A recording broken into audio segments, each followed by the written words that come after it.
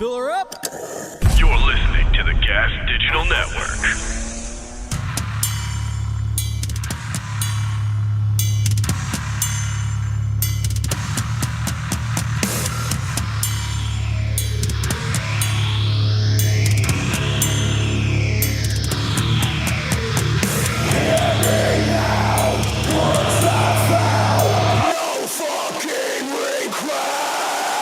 With Rob Flynn. What up, podcast party people?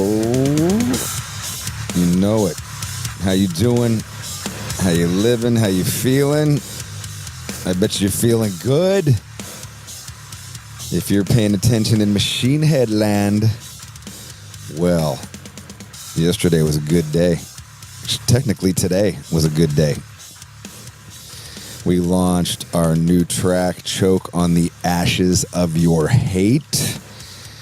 We dropped all of the new album info for Of Kingdom and Crown. Yes, man. Yesterday was a big day. Big day. So, yeah, man. It's exciting. It was fucking exciting and stressful and everything, but we finally did it. We finally did it. I was very stoked. I was very stoked, man. I've been telling you about this for a while. And you can't say anything. It drives me crazy sometimes.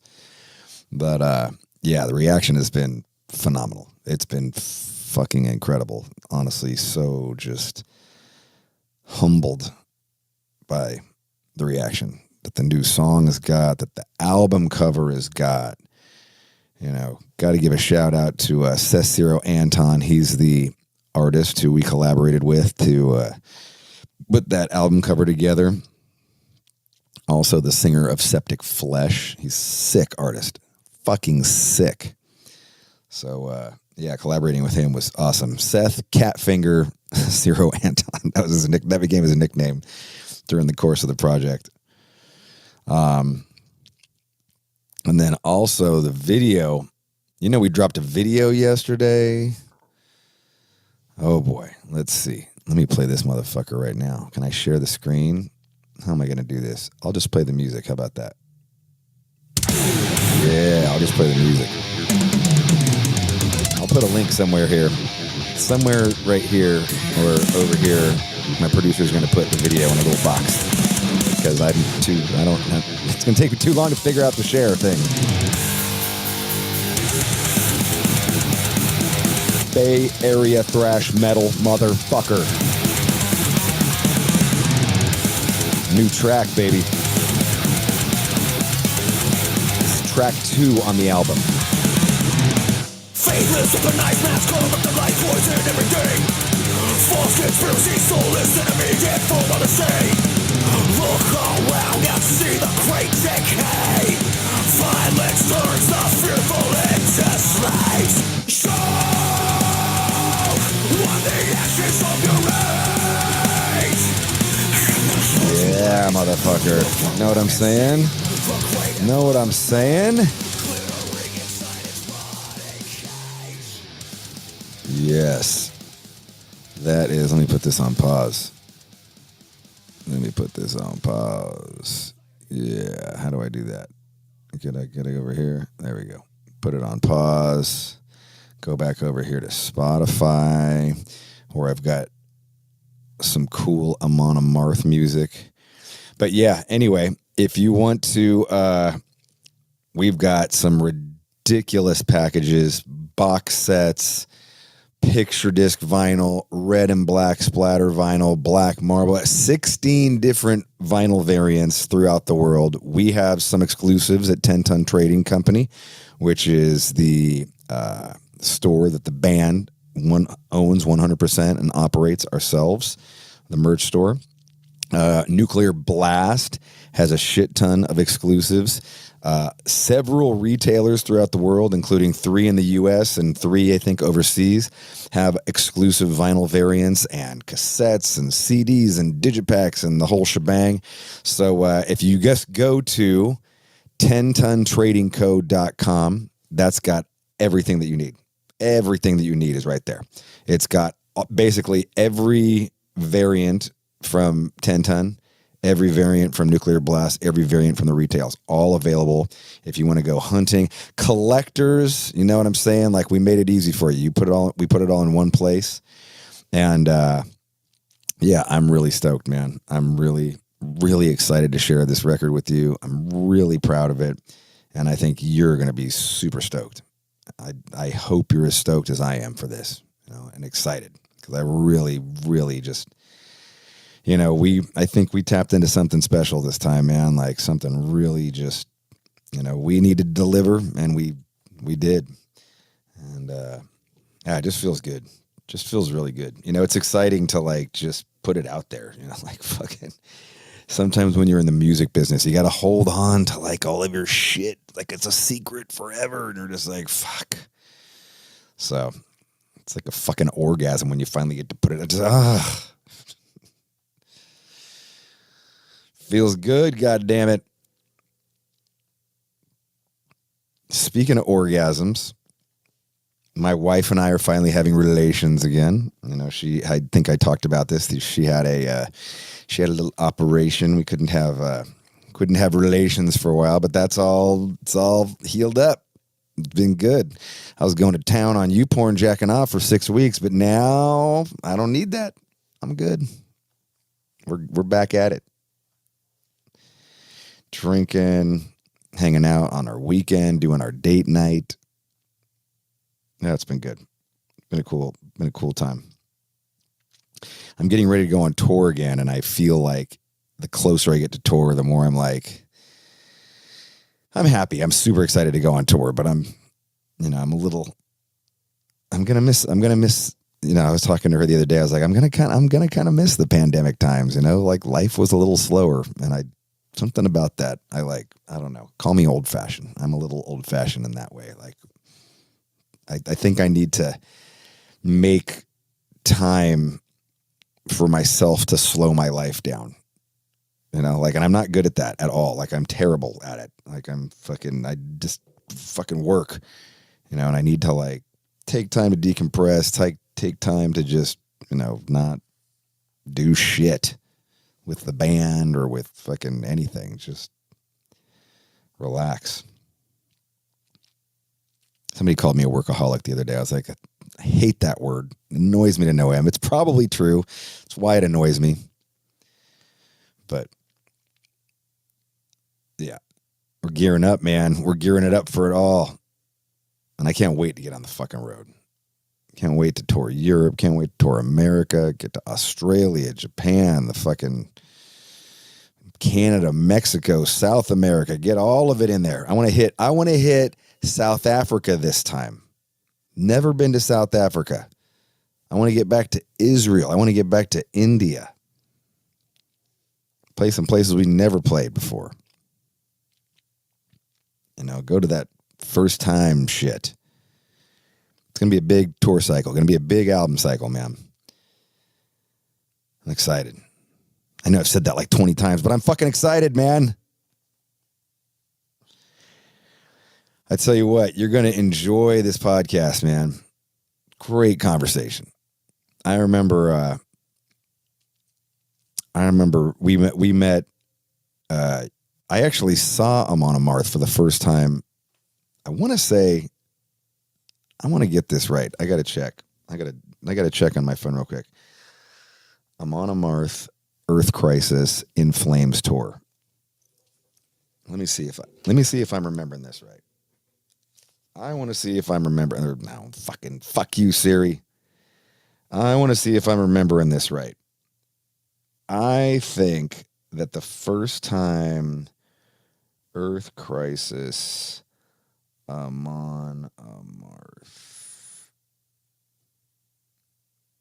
Let me see.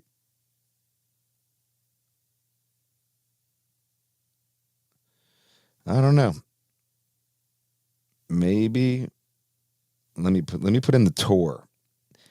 Earth Crisis, Amon Amarth tour. I want to say 2000. I don't fucking know. Well, Maybe it happened back in the day. I want to say the very first time that I saw Amon Amarth was opening for Earth Crisis. And I could be totally fucking wrong here, but and I'm trying to find it. I want to say that was it. It was definitely In Flames and Earth Crisis. Maybe I'm mixing it up. I've seen a lot of fucking shows. And, sorry to derail the goddamn intro to the podcast here. But I thought I'd be able to find it quickly, and I can't. So, anyway. But the first time that I really ended up hanging out with those guys was we did the Mayhem tour back in 2011. And it was them, and I think Rob Zombie and Five Finger Death Punch were headlining, and we were on the side stage, and it was fucking great dudes. Like, had some great hangs with Ollie and them, and like one of those times, I hung out with Johan a few times, and it was, we kind of always hung out as a group, like a bunch of them and a bunch of us. But I remember I had dinner with Johan one time, or it was after both of us had already played, and both of us got off stage at like fucking 3 or something crazy. So we both ended up in the lunchroom, and he was alone, and I just walked in. I was eating alone, and I was like, "Hey, like, care if I sit?" He's like, "Yeah." We ended up just fucking shooting the shit for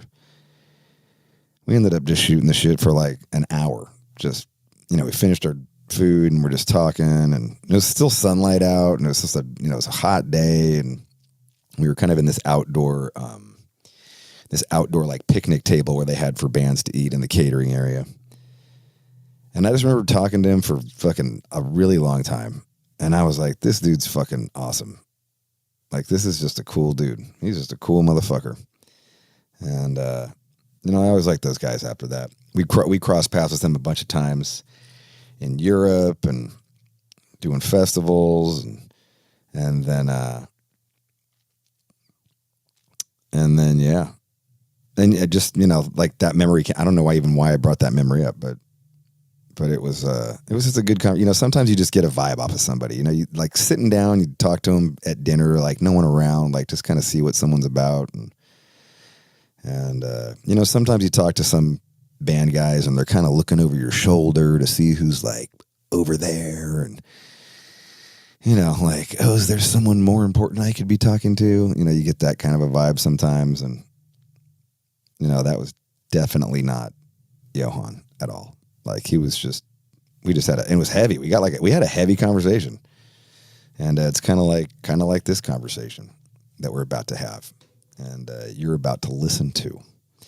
So, yeah, if you're just tuning in and don't know that much about Amon Amarth, I'm going to start at the beginning. I'm going to take you back. I'm going to take you way back. This is one of the earliest songs that I heard from these guys. And I don't even remember where I heard it, but this is Victorious March.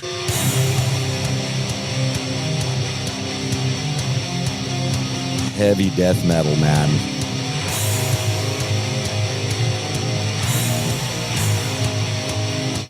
Hold on, let me get through it. From the Once Sent from Golden Hall album in 1997.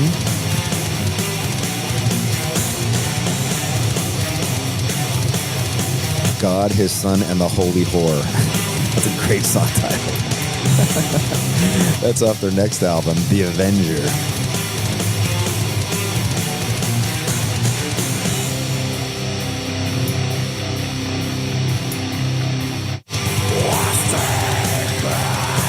Yeah, there we go. Some bolt thrower shit right there. This is the last with Pagan Blood. Woo!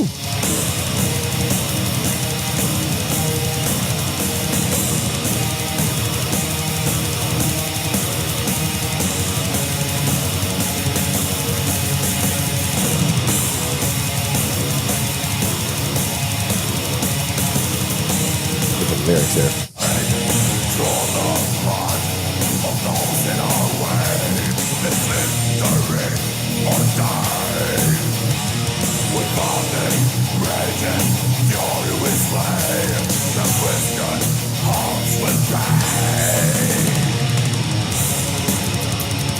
But This song, dude, right here.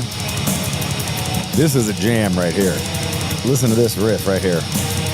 This is the jam. The Pursuit of Vikings off of the Fate of Norns.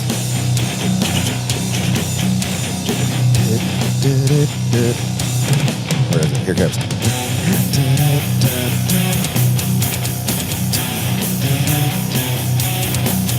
It's a fucking jam right there. Go to the evil chord change.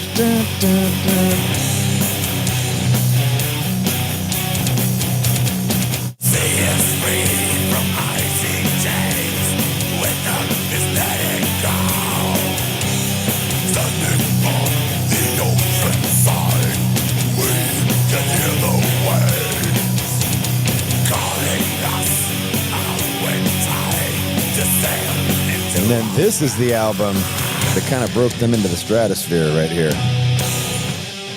This is Guardians of Asgard off of Twilight of the Thunder God, 2008.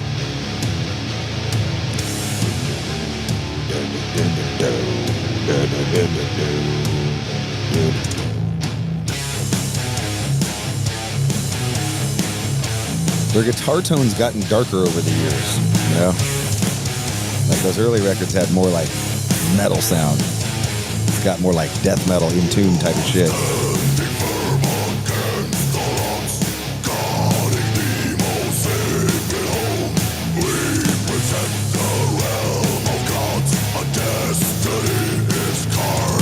Fucking jam right there.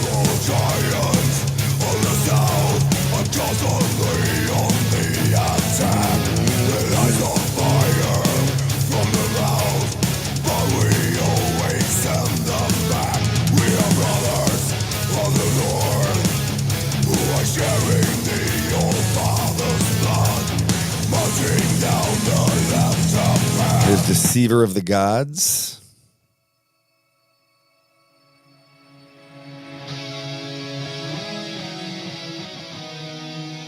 Oh yeah, this one's killer.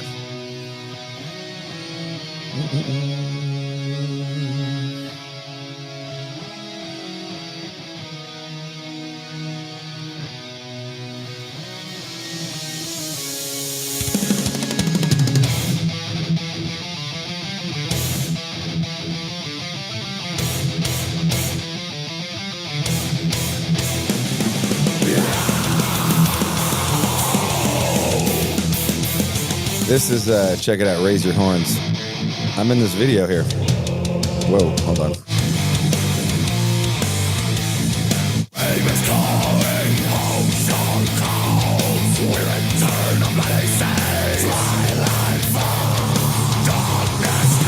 I'm in this video here somewhere. Filmed it when they came to San Francisco with Entombed. And then this is, where's their new song at? Yeah, the new song's out. They got a new song out.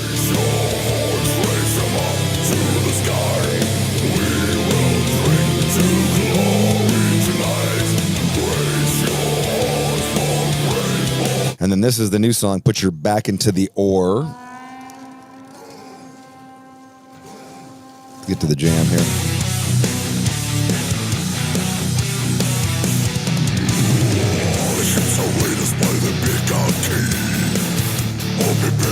With 60 hours, they will carry us on the open sea, heading out to glory wars. We are moved to again. So there you have it, ladies and gentlemen. A nice little taste of Amon Amarth. So, everybody get ready for an awesome conversation with the mighty Johan Hegg of Amon Amarth. Johan Hegg, how you doing, man? Good. How are you? It's been a while. I know, it has been a while, right? Yeah. I'm doing good. I like your blurry background. Oh yeah. I don't know. I don't know. I could fix that up for you if that would make a difference. No, I dig it. I dig it. It's just like the room is a mess. Yeah, if you could see the rest of my room's actually a mess too, but everything back here looks fucking clean as fuck. All right. Yeah. That's pretty much what it is like here as well. It has been a while, man. I want to say like it's been probably like 5 or 6 years since we crossed paths, right? Something like that. I think you guys came out. You came out to our show in San Francisco when we toured with Arch Enemy, and that was, when was that? 2018. Right. I want to say no, 2019 probably. Yeah. So 3 years at least. Yeah. and a lot's happened in that 3 years, right? Like holy moly. Holy crap. Yeah, hasn't it? It's like the whole world is, just turned to shit basically. Right. You guys have been touring though, right? Like you guys have done some festivals here and there like over the last year or so, haven't you? No, actually we haven't. We had you guys did Dynamo for some reason. No. Okay. We had to cut our South American tour leg short because of COVID. Okay. So we went back home and just went, all right, let's see where this takes us, and if we can, continue in a couple of months. And then a couple of months passed, and we all right. Oh, so right before the pandemic hit, you're in South America. Yeah. And then COVID hits. Okay, gotcha. Yeah, the last show we did was that festival in Mexico. What's it called? Heaven and Hell. Okay. Yeah. So we did that festival, and it's like, all right, your shows in Colombia and Costa Rica has been canceled. Your show in Japan has been canceled. All right, let's fuck off home. Right. Not much to do about it. I don't know about you, and I probably shouldn't say this a whole lot publicly, but I've probably enjoyed the pandemic way more than I should have. Yes. Yeah, right. It is the same here. I mean, personally, I kind of been looking for some time off, like a major time off for a while, away from the constant grind of writing, touring. But it's been difficult to do that because you're 5 guys in the band, and everybody wants to continue touring. But yeah, it was in a way it was a welcome break. It's just it's just fucked up the way it happened, I guess. But for me I definitely have been enjoying it more than I probably should have as well. So you're not alone. I mean, just hanging out with my wife, me and my wife just I got a couple of kids, so it's been pretty full on between the band, writing, touring, and then coming home and being a dad. And, I can imagine. Yeah. And now they're like teenagers. So the pandemic hits and we're just like, they're teenagers. We can kind of just let them hang out in their room. We can just go into the garage and drink and listen to music. Yeah. Perfect. Yeah. And so that's what we ended up, a lot of like Friday and Saturday nights became like a date night, like where we get to like hang and just drink and talk and laugh or cry or whatever the fuck we do. And man, it was just such a, like, I didn't realize I needed the break as much as I thought I did. You and I are both road dogs. We've been touring. Yeah. It's like once you're in that fucking mindset, you're just go. Yeah. It's like stepping out of reality almost. You just get in the tour mind and just, all right, next door, Yeah. And, but yeah, I totally agree with you. And it's kind of been similar for me and my wife, even though we don't have kids. We have cats and a dog, but we just done tons of cool stuff. Like we got since we got the dog, we got into hiking a lot. So we have been, traveling up north in Sweden and, going in Norway as well, and just hiking mountains and doing stuff that we never really did before back home, because if you went on vacation, you went abroad, but now, yeah, you can't really travel. No, exactly. So that was perfect. Awesome. So it was great. I love hiking, man. I got a couple dogs too. Yeah. Our dog is crazy. I think if we walk 10 kilometers, he walks 30, he's running back and forth. It keeps you active though, right? Like it keeps Oh, yeah, you, like, yeah. in It's motion, and that's like one of the best things about it. Like you're kind of forced to have it, and sometimes you're like, "Fuck, I gotta walk my fucking dog." But once Yeah, you're out there, you're like, "Okay, I'm getting the sun," or you're just outside, and Yeah, a lot of rain here though, but yeah, I know what you mean. Yeah, yeah, or just getting outside though. You know what I mean? Like, yeah. Just the fresh air is good. Yeah. Just the fresh air is good. Yeah. yeah. Is it Fuck still? Is it still like kind of the winter season right now? Like, is it not getting sunny? yet? Actually, it's typical April season, which is basically it hasn't really decided if it's going to be spring or winter yet. So, Okay. but no, it's spring. I mean, it's getting warmer.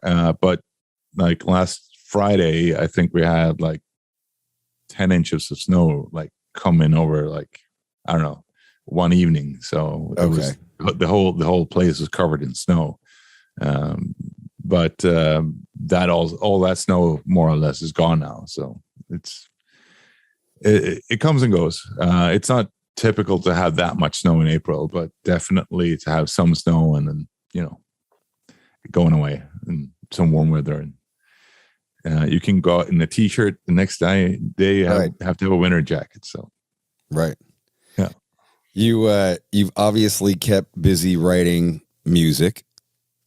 You guys, do you guys, my understanding was that you guys kind of live a little more scattered now though. Like you're not all close like you were before, but like, so it's. Yeah. I mean, originally the band was from the southern part of Stockholm, like south of Stockholm, just very close area. That's where we started out.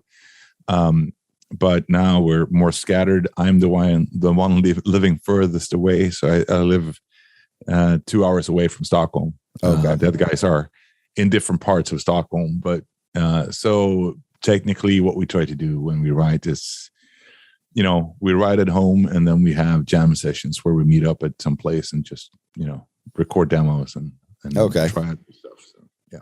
So you get together at a studio like everybody and they just kind of bang out some ideas. Yeah, sometimes. I mean, for the past 3 albums, I think we've actually rented a house in the Swedish mountains somewhere and just, brought gear and put up like a simple studio and just jammed out in a house in the middle of nowhere, basically, which has been pretty cool, actually. So, yeah.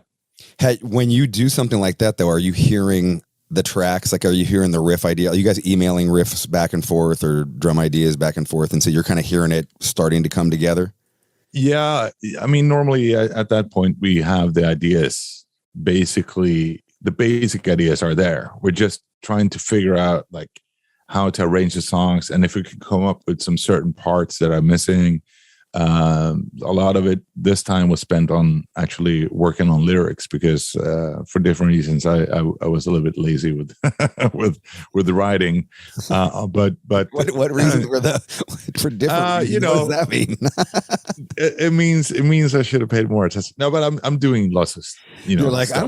I'm still on pandemic time. I'm not writing shit. Yeah, no, I do a lot of stuff. I have a business on the side that I do as well, so that takes up a little bit of my time as well. Plus, also, I have a big house, a big yard, and a lot of stuff that needed to be done here. So it was good to get that done. So I kind of focused a lot on other stuff during the pandemic, and the other guys started working on music earlier than me. But I had lyrical ideas. I just needed to hammer them out. And sometimes it's easier to write it yourself, and sometimes it's easier when you actually have to produce something. So yeah. So when you go to a place like that, you kind of have to sit down with the lyrics and shut everything else out and just do that. So, which your other business is like Viking, what I've seen it, but what explain it to it. It's a web shop that sells Viking products. Yes. I mean, it both historical and modern stuff, really. And it's the idea is to kind of to bridge the then and now, because the guys and I who started it, we feel that there's a lot of inspiration we can get from our ancestors, and I think that goes not only for Vikings, it's pretty much from everywhere in the world. But the Viking history is something that's very close to our heart, obviously. So we started this company in 2015 called Grimfrost, So we've been doing that. It's a lot of fun, but it's been a lot of work as well, especially the past couple of years when the business grows. You have to put in extra hours. Right. So you guys are sourcing actual historical Viking stuff and then selling it. Yeah. And sourcing new kind of. I mean, we're making replicas. I mean, okay. Yeah. I mean, the one of the projects that we've done actually is that we've done a cooperation with the Swedish Historical Museum to make replicas of stuff for their collections and oh wow, cool stuff like that. So we're doing a ton of that work too, where we kind of get into the more like, what do you say, the more academic side of it, the archaeological side as well, not just. I mean, we always kind of wanted to make a community more than just another web shop, and that's kind of what we did. So it's been important for us to also educate, not just buy this T-shirt for $15 on $10 off today or something like that. It there has to be some kind of value to it, and it's our history, and we want to show people what it's about as well. It's not only about selling. I could see how that could be pretty time consuming though. Like that could probably take up your whole day right there. It does sometimes. Fortunately for me, I'm I do a little bit of the work, but my two colleagues do the majority of the work. So, but now we're in a position where we actually have employees and stuff as well. So. Wow, awesome, man! Is anybody from Amman involved in it? No, they're not. Not at this time, no. Right on. I mean, you guys got a lot. I'm sure you have a lot of involvement with many other. You're in a band and so many other. Yeah, I mean, business things with that. It's a lot of work with that too, and I know the guys are doing hard work with that, and I try to do my part as well. But it's when it comes to that part of the music industry, I'm kind of a little bit lost. Right. I do interviews, and that's fine.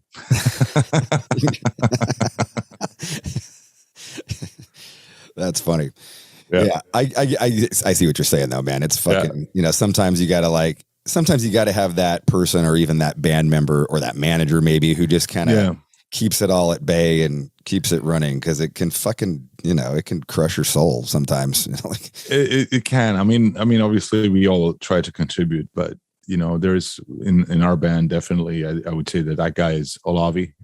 He's the guy who kind of has the most contact with the management and label and agents, and he breathes and lives Amon Amarth basically. So for him, he does all that extra job with that. But obviously we all try to contribute as much as we can anyways, and we try to help him out as much as we can. But I think he's the spider in the web, as we say. So right. Yeah. Shout out to Olavi, man. I like him. Yeah. He's a great guy. We had some good hangs on the Mayhem tour. He and I. Yeah. I can imagine. Talking about just getting hammered and talking about old Exodus and just old thrash and he loves that stuff, man. So do I. But I think he's a hair above me on that one. Right. So you guys get together for the new record, and you're sitting together in a house, and you're in the middle of nowhere, and you've got no ideas, you've got no lyrics. So what do the guys say to you when you show up? Like, I don't got anything. Well, I had ideas for most of the songs. It's just a few songs where you kind of don't really have you don't really get it. Right. But when you get together like that and you start talking about stuff and you go through the music and try to, see what you can come up with while the guys are working on the song, and all of a sudden you have an idea and you go with it. And that's kind of that's one of the things I miss about like working in a rehearsal place, because, you'd be sitting there listening to the guys while they are writing the music, and you get an idea and you start writing and you get a lyrical idea. Right. But in general, though, the best way I like to work is to work at home, get the main riffs and put them together in a way that I, get a good feeling for them, and then just listen to it on repeat, basically. Because often, when I was in rehearsal plays and the guys were writing music and I got an idea, by the time I had something I wanted to try out, they were already on something else and were gotcha. all busy with that. So then I had to, we had to record a demo and I would have to take it home. And, so it was really frustrating sometimes because you had an idea in the moment and you wanted to try it out. And then, it just felt like you get stuck sometimes. But when I can work at home, it's easier because I can put that particular thing I want to work on loop and then just go through it in my head and try it vocally and all that stuff. So do you ever, when you guys were jamming in a room together, do you ever just are you ever just trying ideas, like just off the top of your head into the microphone? Like, okay, I don't know what I'm going to sing here, but I just try. Yeah. Right. Like I call it freestyling, like where you're just like, I don't know what the fuck I'm doing, but that happens very rarely successful for me though. Oh, okay. Yeah. But sometimes, just trying out a phrasing, yeah, I can take anything like a page from a book and try to sing that. Totally. Right. Yeah. So sometimes the word, just the order of the words, like makes a pattern or whatever. Right. Exactly. So then, where you're going phrasing wise, and then you can kind of sort of work it in there. But no, I mean, I've tried to do the freestyling thing. I don't know. It's not really my thing. I need to think more. I'm not that fast.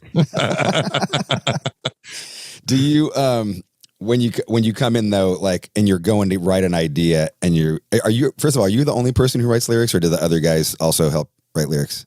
I'm basically the only guy writing lyrics. What the other guys sometimes help with is lyrical ideas, for instance, for this album, at least two of the concept of the ideas came from the other guys. So it's a joint effort anyways, because also sometimes I will present a lyrical idea and they go, yeah, but we don't feel that fits here. Maybe you should find something else, which is super frustrating, of course. But we try to get involved in I want the other guys to be involved in the lyrics, but it is tough sometimes because you put a lot of effort in an idea you like, and then it doesn't come through, and you're like, damn it.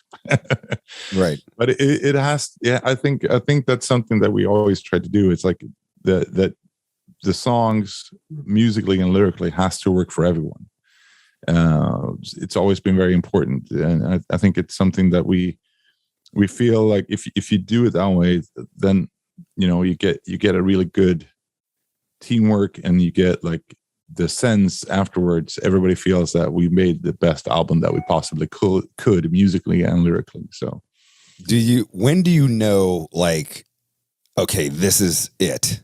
Like, when is it you who know, or is it the whole band knows? Like, but like when you've tried the idea, like, does everybody look around and go, oh, fuck, that was it? Or, is it just like more like a personal thing with you? I mean, musically for me, usually I'm clueless, I can hear something I think is really, really cool. But for me, usually I'm clueless until we actually start recording in a studio, because it's something that really becomes, I don't know, it's something with the production, and because it's, you hear what's more close to a finished product, then I can feel like, oh shit, this is going to be awesome.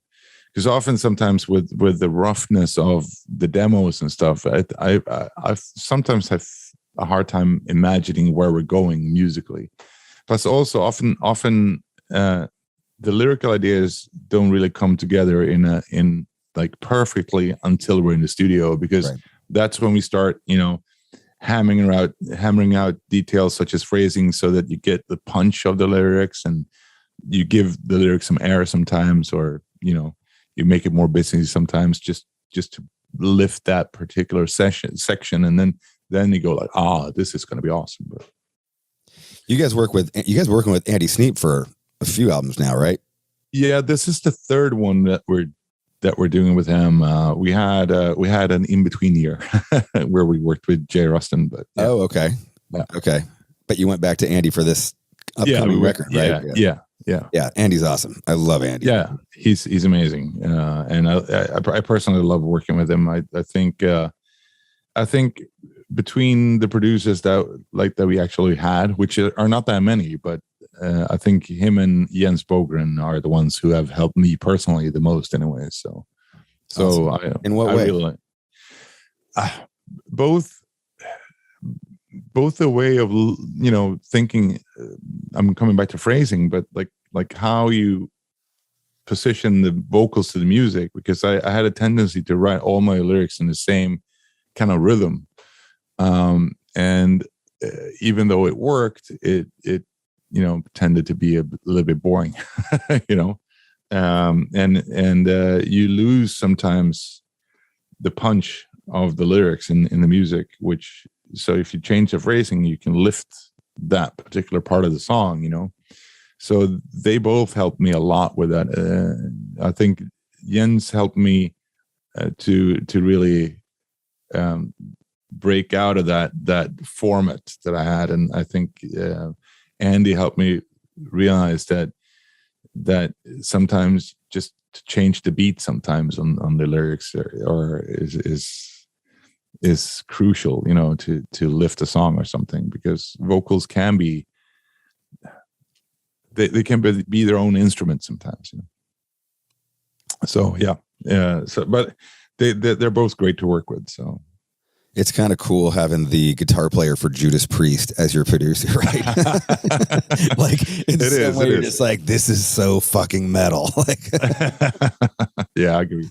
No, he's cool. He's cool as hell, and he's such a easygoing person to work with too. Yeah. Have you seen Priest since he's been in the band? Yeah. Actually, we happened to see them on tour while we were on tour. Oh shit, killer! Yeah, we saw them in Biloxi of all places at the Hard Rock Biloxi, Cafe. Mississippi. Yeah. Oh, crazy. Okay, that's insane, isn't it? Right. Yeah, we had a day off there, and they were playing. So, yeah. Oh, that's awesome. It's fucking awesome to see him up there, isn't it? Like It is. He's got this fucking clothes, and he's fucking the guitar, the V. Yeah.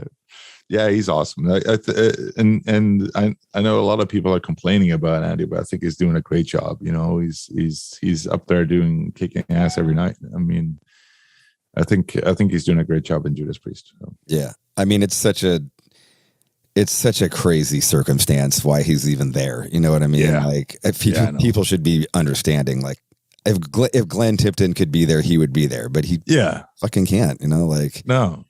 And I mean, he's just like, I'm just so honored to be here. Like, this is of course. The craziest fucking life, left fucking field thing for my life now. But yeah, but I mean, I totally agree with you. It's like people don't understand that. It's like right, they have no option. They have to have Andy there. What are they going to do? Like, it's right. Yeah. They just came through town. They just played Oakland. Oh, really? Oh, yeah. Maybe a month ago. And they brought Tipton out for the last 4 songs.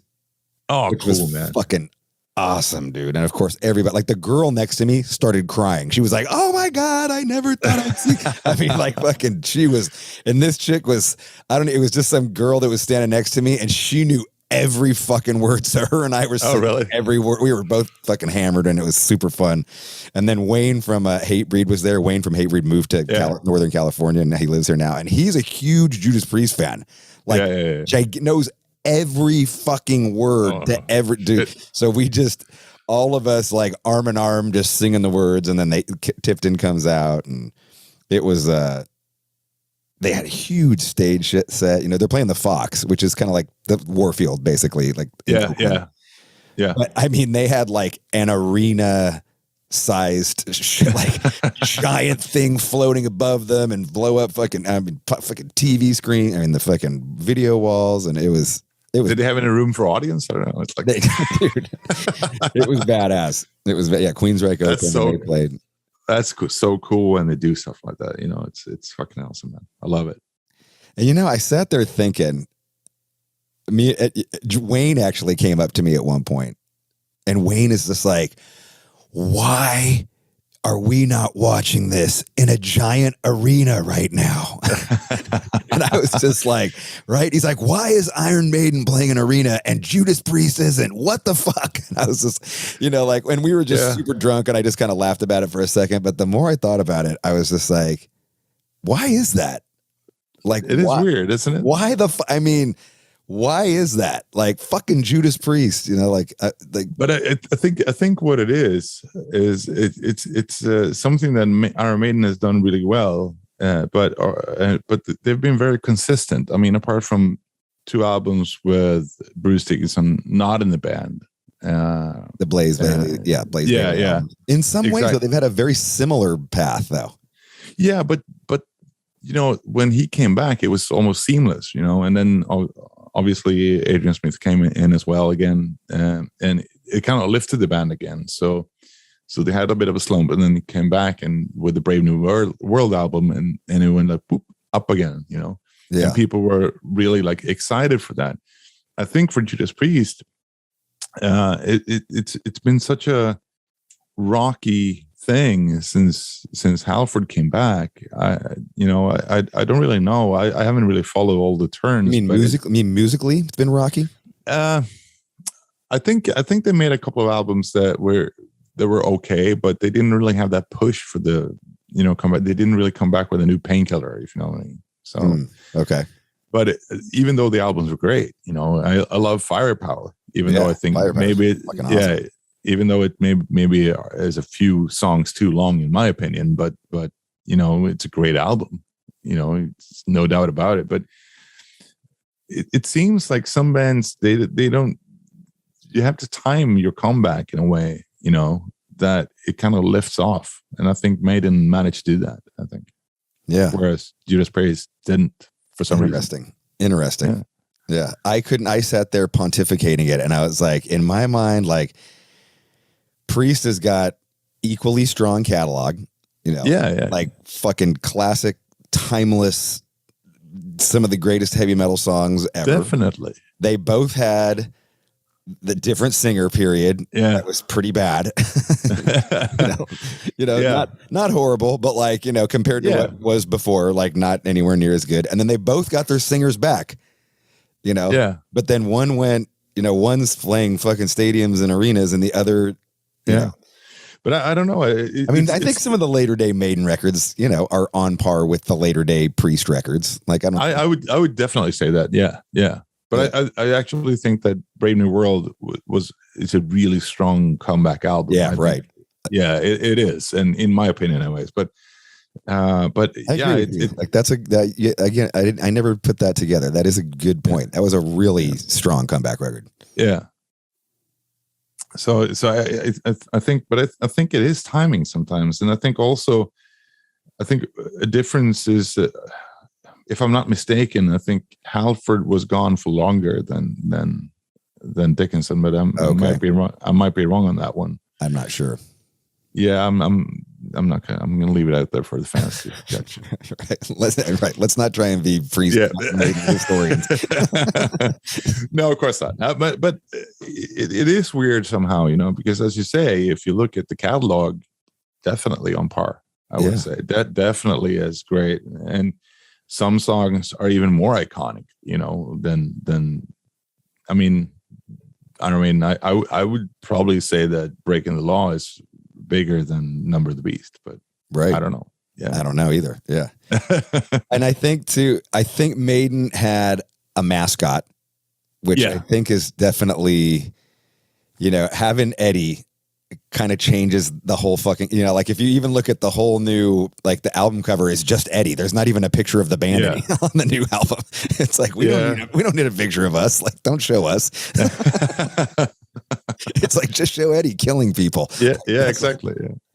No, but I also, actually, one thing that I thought about is that when it comes to Iron Maiden, they've had the structure there the entire time, you know.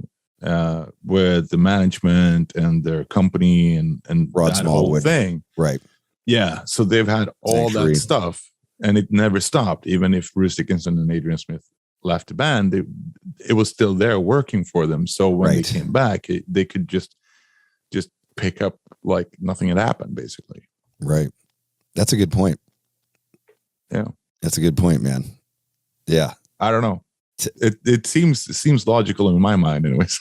To all the listeners here of the podcast, you can put your comments as to what it is. Yeah. Do that. That would be interesting. I'm curious to see what. I talked about this right after I went because they were so fucking good, dude. Priest was fucking awesome. Like, Yeah. even aside from fucking who's bigger or whatnot, and just like it was fucking. They were amazing. Like, Yeah. fucking amazing. Sounded killer, looked killer. Like.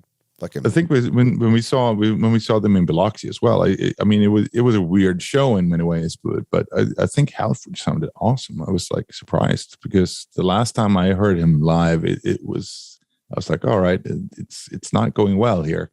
Oh, yeah. But then he probably just had a bad day Right. that time, but like he sounded fucking amazing. So right. I mean, we're you and I are both lucky in the sense that we kind of just earn a living by growling a lot. yeah.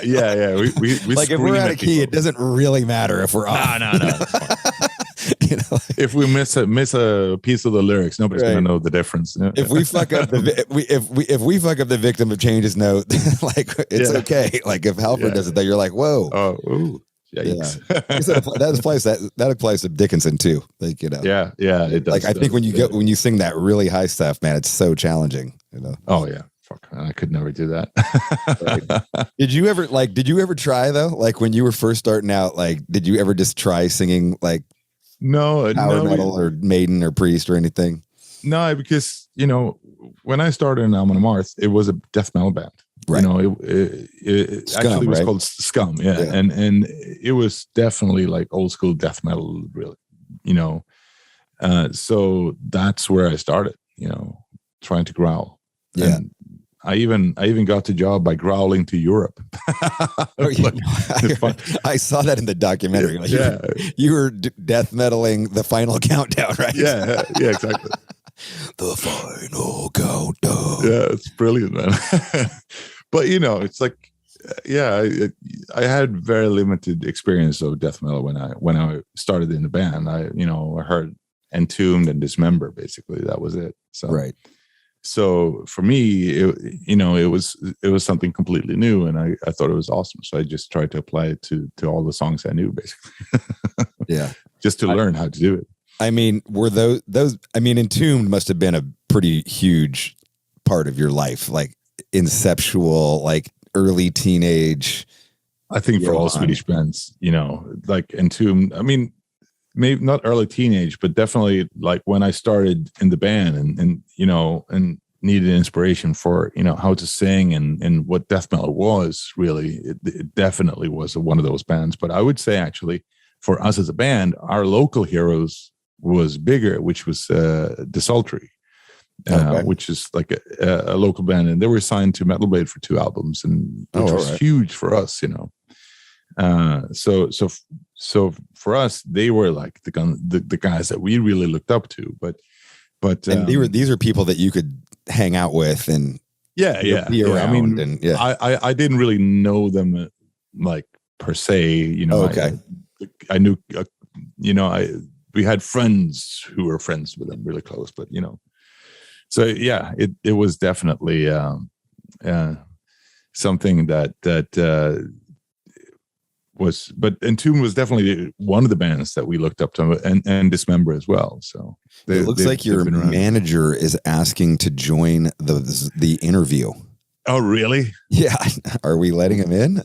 I have no idea. Maybe he punched to I just see Justin's iPhone is trying to join the interview. Oh, really? He must have hit the button. Okay. That's weird. What are you doing, Justin? All right. Maybe text him or something. Maybe he just hit that or something. I'll see if he can figure it out. See if is this live? I have no idea. Yeah, Don't worry, I gotta I'll say, edit all this out. Don't worry about it. right. I gotta say, for me, Left Hand Path just fucking blew my mind. Like, Yeah, I mean that record was so fucking crushing. that album Clandestine also, I think is amazing, you know. So Yeah.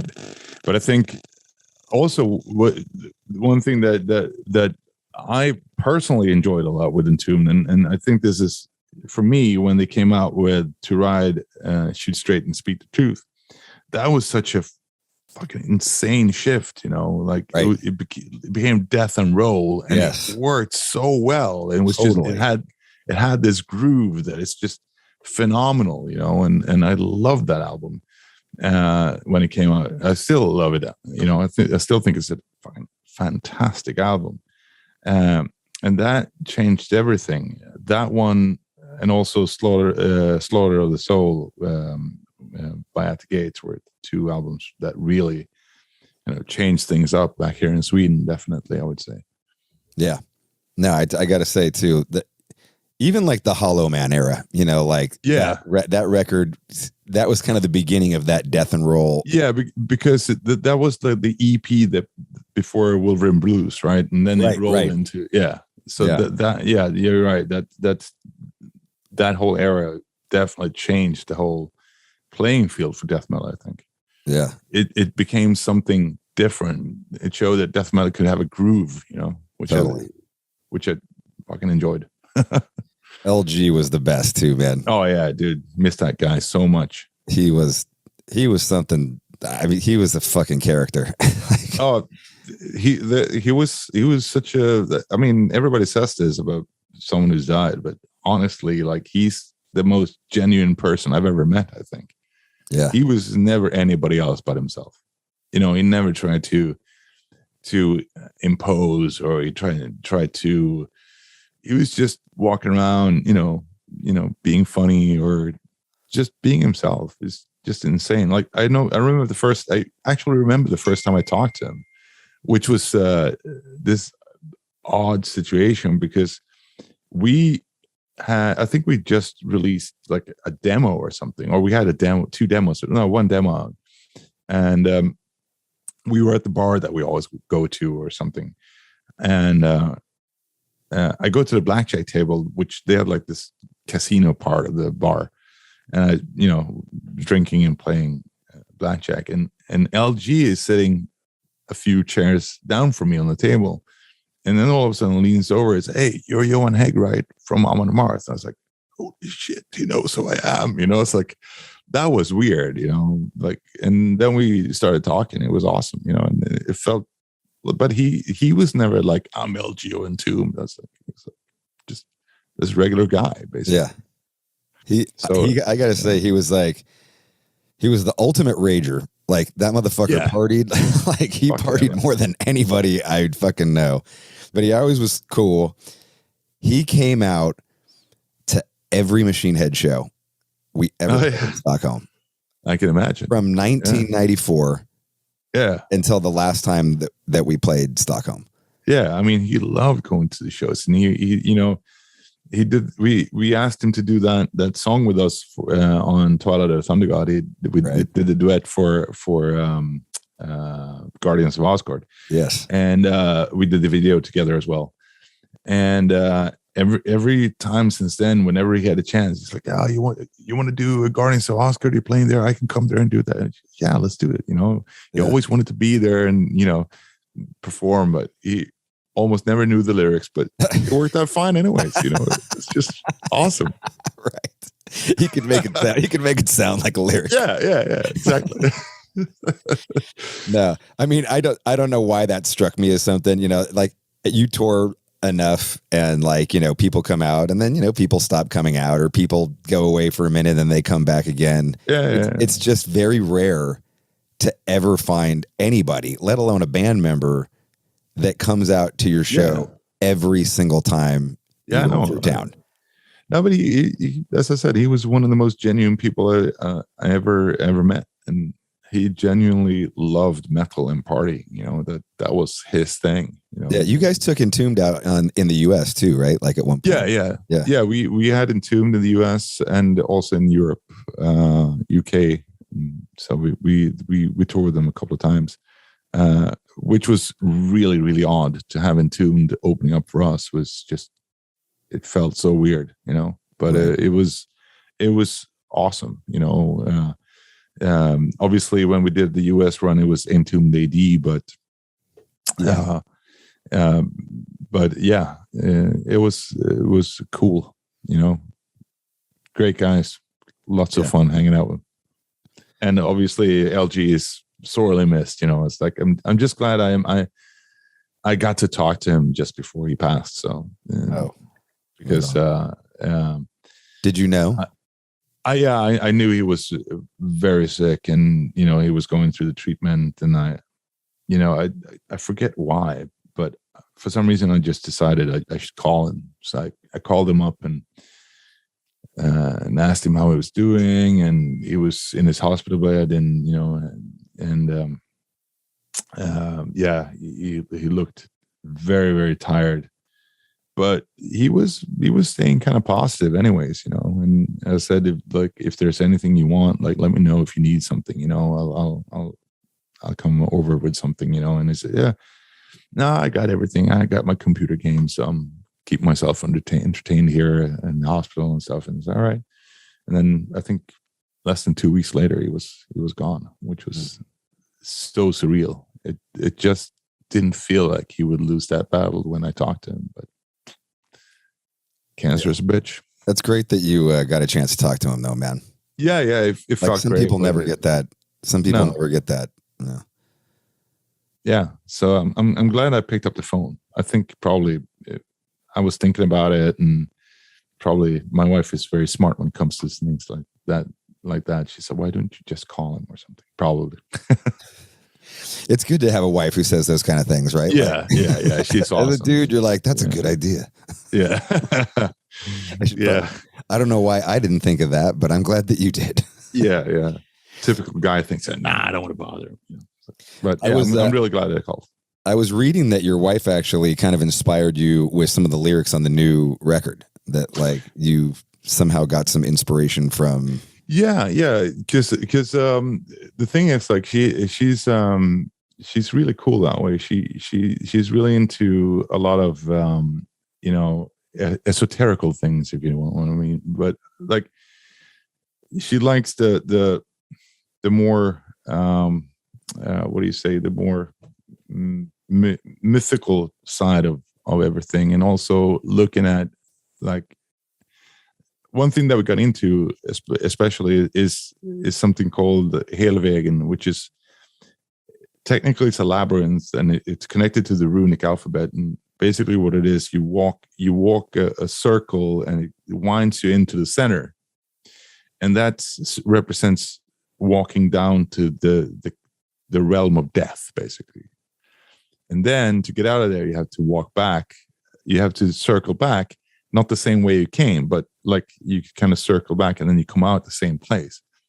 But what it represents from a mythological standpoint, and I think it's also like, this is getting really, really deep now, but a Jungian standpoint. Yeah. Keep going. is basically dealing with all types of like emotional trauma or something like that, where you kind of, whether you lose someone, grief, or if there's something else that going on in your life that you have to deal with, it could be like really big issues or small issues. If you take these steps, it's a way of unlocking mental blockages and coming back out of it. So basically it's a way of mapping out how to move through what you're feeling and coming out the other side. But it's an interesting concept, because it definitely resonates with a lot of modern, like, psychological science when it comes to dealing with those emotions like grief and stuff like that, because often we have those similar emotions every human goes through them, like denial, and you kind of get stuck in a place and you have to work your way through it before you can move on to the next level, and then eventually you see the light in the tunnel and you come back up, right? So it's an interesting concept, and whether it is an historical fact that the Vikings did this, or if it's something that's kind of reworked in, I'm not sure, but it's definitely an interesting take on the whole thing. So she inspired me for one of the songs with that particular thing, but also she found this interesting podcast, and what's the thing that's the labyrinth called again? What's it? Helvägen. It's the road to hell, basically. Okay. And hell is not hell. It's basically it's going to take a long time to explain. But hell is basically where people who don't go in battle die. So if you die from hell illness, is where people who don't go into battle die. Okay. Who don't die in battle go. Sorry. Okay. Yeah. So basically, the majority of people would end up in hell, but in the translation in modern times, hell has become a really bad place, but it's not. It's a misinterpretation, but it doesn't really matter. Yeah, it's a long story, but anyway, so you go down there and you face your deepest fears, and once you do that, then you can go back up stronger, and you have an experience that you learned something from. So yeah, I dig it. That's cool, man. Yeah, so it's a deeper thing, and I think my wife is a lot into those like psychological thoughts and stories, and also mythological stuff. So it really inspired me with that song, and then what song is it? Did it inspire?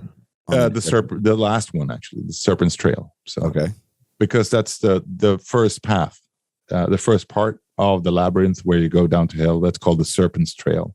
Okay. And the second part, when you go out, is the Eagle's Trail. And when you go out, they combine into the dragon. So. Oh wow! All right. So yeah. So the that's eagle the and the serpent combined to become the dragon. Okay. Yeah. that's the whole idea, anyways. Yeah, that sounds pretty cool. I like that concept. So anyway, but the other song that she also inspired a lot was because she looked at this podcast also about Norse mythology, actually, and there was this just one phrase that stuck in my head, and it's like, you either find a way or you make one. And I felt that was just such a strong thought, like no matter what obstacle you're faced with, you kind of either have to find a way through it or around one, or you make your way. Don't give up. You don't have to give up. You just have to find that way. But if you can't, you make that way.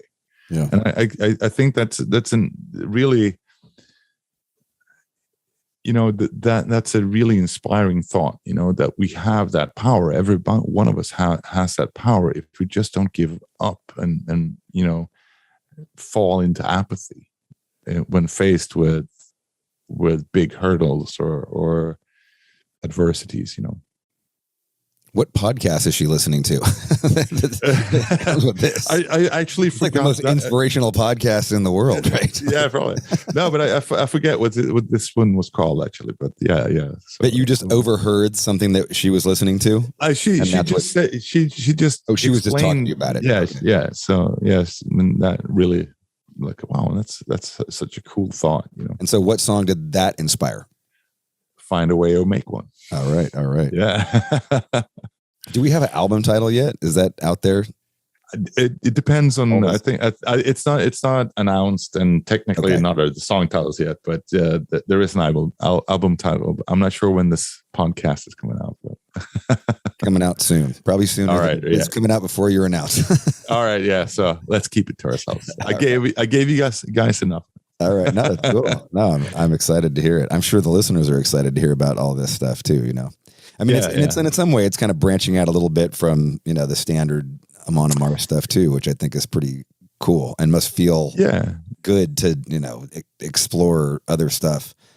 I mean, I've done it before as well. Although often I work in metaphor, so you write about something, but you write through the backdrop of Viking history or mythology or something, right?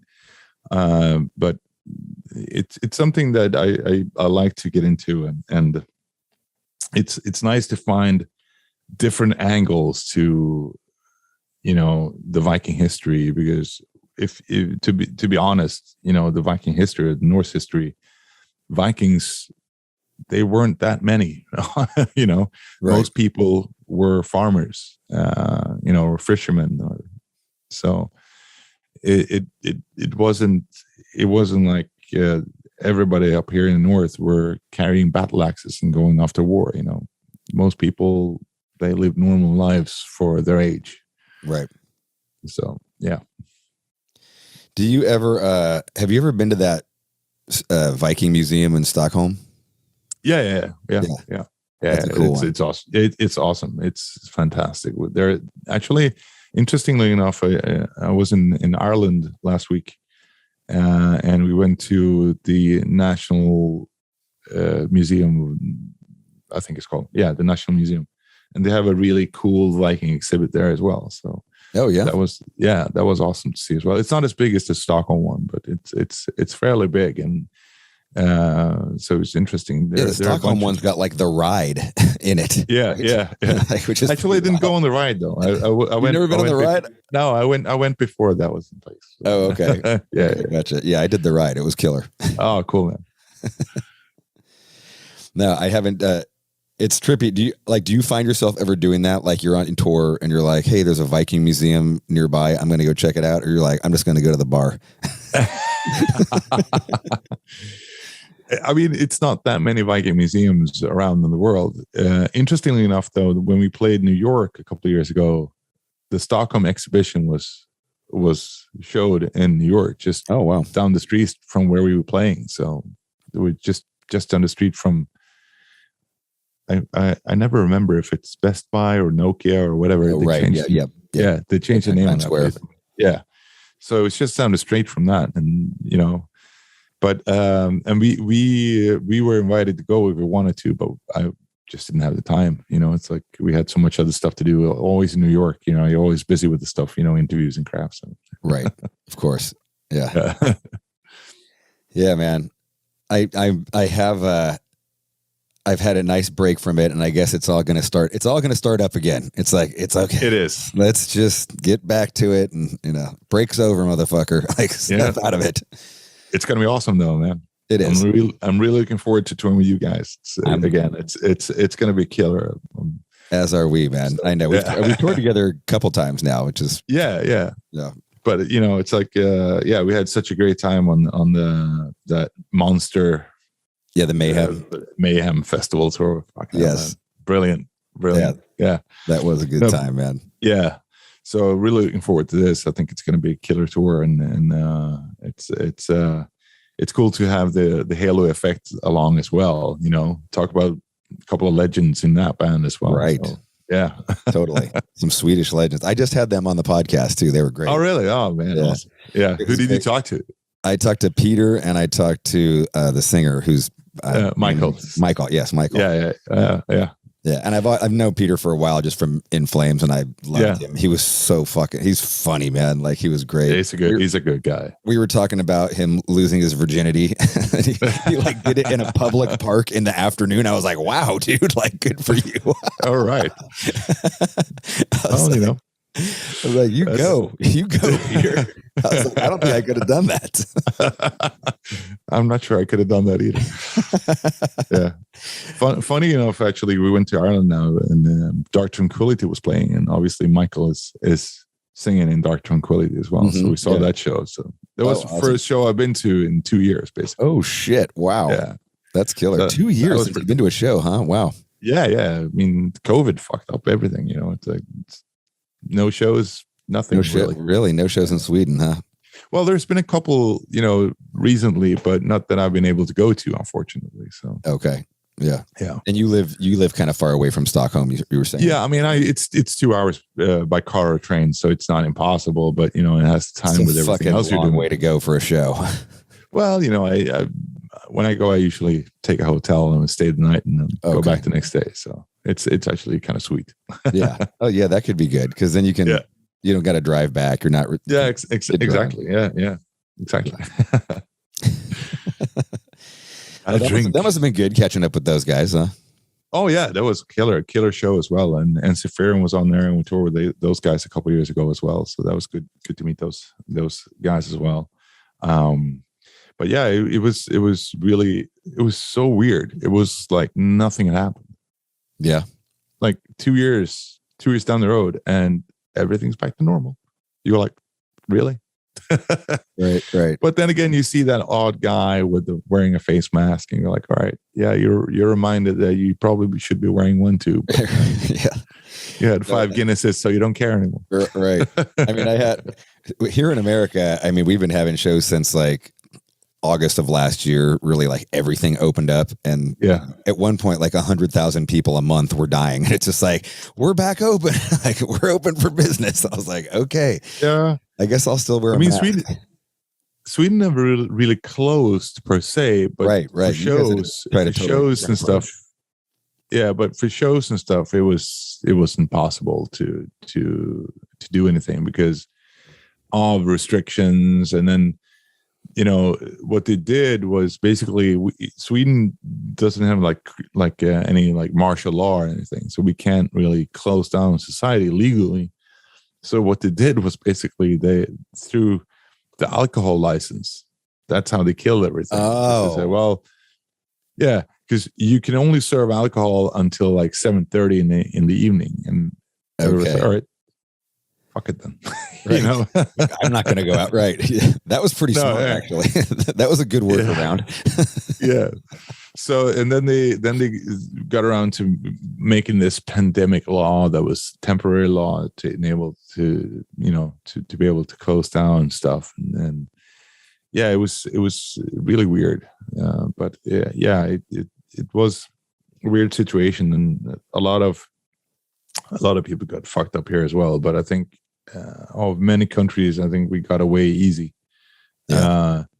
I think the major problem for Sweden for how bad the pandemic got was that the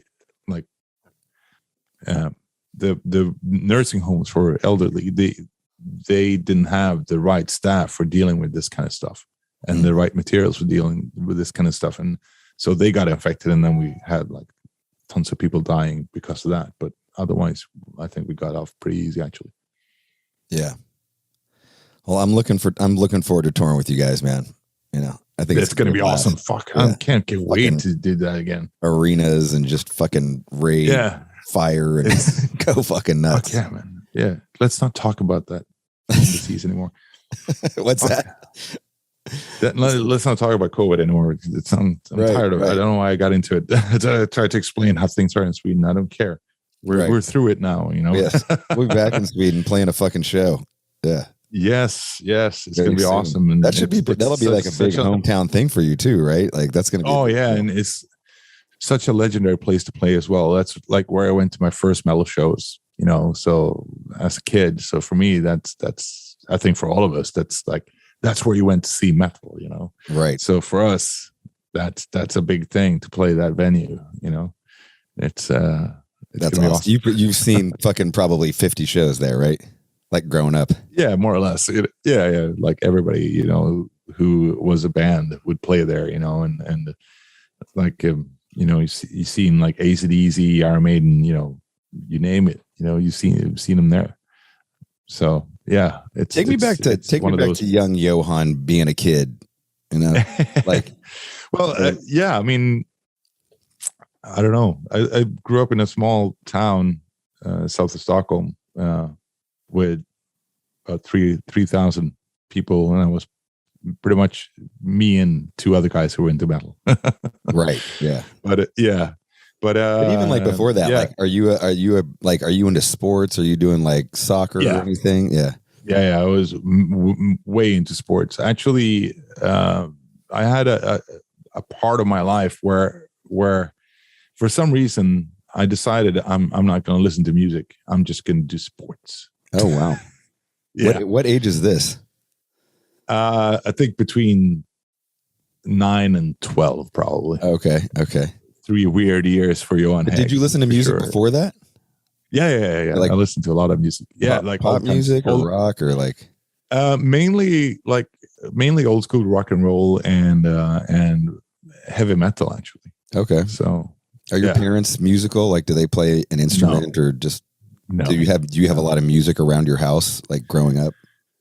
I had some. My dad listened to like 50s type music, and also like Beatles. He had Elvis albums and Beatles albums and Rolling Stones, I think. So I would listen to that stuff. But then my One of your my favorite neighbors- isn't one of your favorite songs like a Beatles song? one of the Twist and Shout was one of my favorite songs when I was a kid. I thought that was so awesome, and it is kind of rough, isn't it? It's a fucking their version's heavy as fuck. Yeah, It's it like, is, isn't it? the fucking screech, Yeah. like Yeah, it's so cool. So I love that song. But then when I got a little bit older, one of my best friends was my neighbor, and he had a brother who was 5 years older than him, and he was listening to a bunch of metal stuff, and we would sneak into his room and listen to his albums. Don't tell him. he wouldn't let you in to listen. No, but fucking what 12-year-old would want his 7-year-old brother? Right. Brother, and, Right, get out of here, yeah, get out of my room, you dick. yeah. So what are you guys listening So, to? yeah. What are you guys listening to in there? I mean, he would listen to like Deep Purple and Black Sabbath and Rainbow Nice. and stuff like that, Okay, and AC/DC. that's what a great and- introduction and- to music, though. Like, there's Yeah. so many fucking great, those Rainbow, those those Dio era Rainbows era songs are so good. Oh fuck yeah, man! Love Kill that. the King and fucking Yeah, but it's so odd though, because when I started listening to metal, like when I got older, around the age of 10, where I started getting to Metallica and stuff like that, or actually, around the age of 10, and then I had that weird period where I didn't listen to music, but another friend of mine and his brother, they were into Metallica and stuff, so I would listen to music at their place. Okay. I can't play this fast, but I didn't listen to anything at home. But it was then those albums that I listened to like years earlier, I kind of started forgetting about those guys, forgetting about those albums, and then they got reintroduced, like Rainbow. I don't know when I started listening to them again, but it's fairly late actually. So it's kind of odd in a way, but yeah, I rediscovered it, and fairly late. when you Love that. swear off music, what sport are you playing? Like soccer? Hockey? Ice hockey mainly, ice hockey. Yeah. But I was playing soccer too, but ice hockey was my main sport. I wanted to be a professional hockey player. Right. That was my aim. Especially because you're so tall. That wasn't, that's a good way for you to go. That's a good path. Yeah, well, it could have worked. Unfortunately, I was pretty fast on my skates, or at least I got pretty fast on my skates, but my stick handling wasn't the greatest. So I probably wouldn't have made it really far. And after a while, I started listening to music again, and you grow up and you start getting more other interests, and it just takes a lot of your time. And I still wanted to play, but more for fun, Right. and then you get it up to that age where it starts to become more and more serious. You kind of have to focus more on it if you want to go somewhere. And I just didn't have the interest to do that. So I quit playing when I was 19. So yeah. Yeah. So that's a long time to play though, man. Yeah. Years. I played from the age of 6. So Yeah. my team started 1 year earlier than everybody else. Didn't make us any better, but Yeah. I mean, you still have a passion for hockey? Like, do you watch? Oh, yeah. Are you like a religious hockey? Who's your team? Djurgården CF is my team. Okay. Unfortunately, I will say that. Unfortunately, no, because they got relegated this year. In Sweden, if you finish on the 2 last spots in the league, Right. and you have to kind of play a kind of a playoff to stay in the league. Oh, And geez. they lost. Yeah, Oh, man. they lost. They lost badly too. So yeah, that was not good. Yeah. If it's horrible. So Stockholm doesn't even have a team in the highest league anymore. Oh, wow. Yeah. Okay. So just because of this last thing, they got relegated out of the league. Yeah. So Wow, they're that's pretty harsh. Yeah, they're in the second league next year. All right. So then they have to finish like the top two in that league, and then they can play playoffs and come back. But Right. that's a whole season, and I mean, those teams down there, they don't play for scraps. They want to win. Yeah. There's some good teams down there. Do you ever follow American hockey? Like, do you follow Oh yeah, the American yeah, team? yeah. Who's your team? Who's your American team? It's actually Canadian. Oh, okay. Yeah, it's always been like Toronto Maple Leafs, or not always, but I was a big Matt Sundin fan. He played for Djurgården back home in Sweden, one of the biggest Swedish players of modern time. So I was a huge Matt Sundin fan, or I am, even though he's not active anymore. But and he played the majority of his career in Toronto Maple Leafs. So those were the ones that I followed most closely. But in the last couple of years, because my wife got into hockey and she wanted to watch the NHL, one of the best teams that were around the last decade, I would say, is the Washington Caps, obviously, and so we've been following them. But unfortunately, now we have that Putin friend in there, which we don't really like so much. So we're like, Right.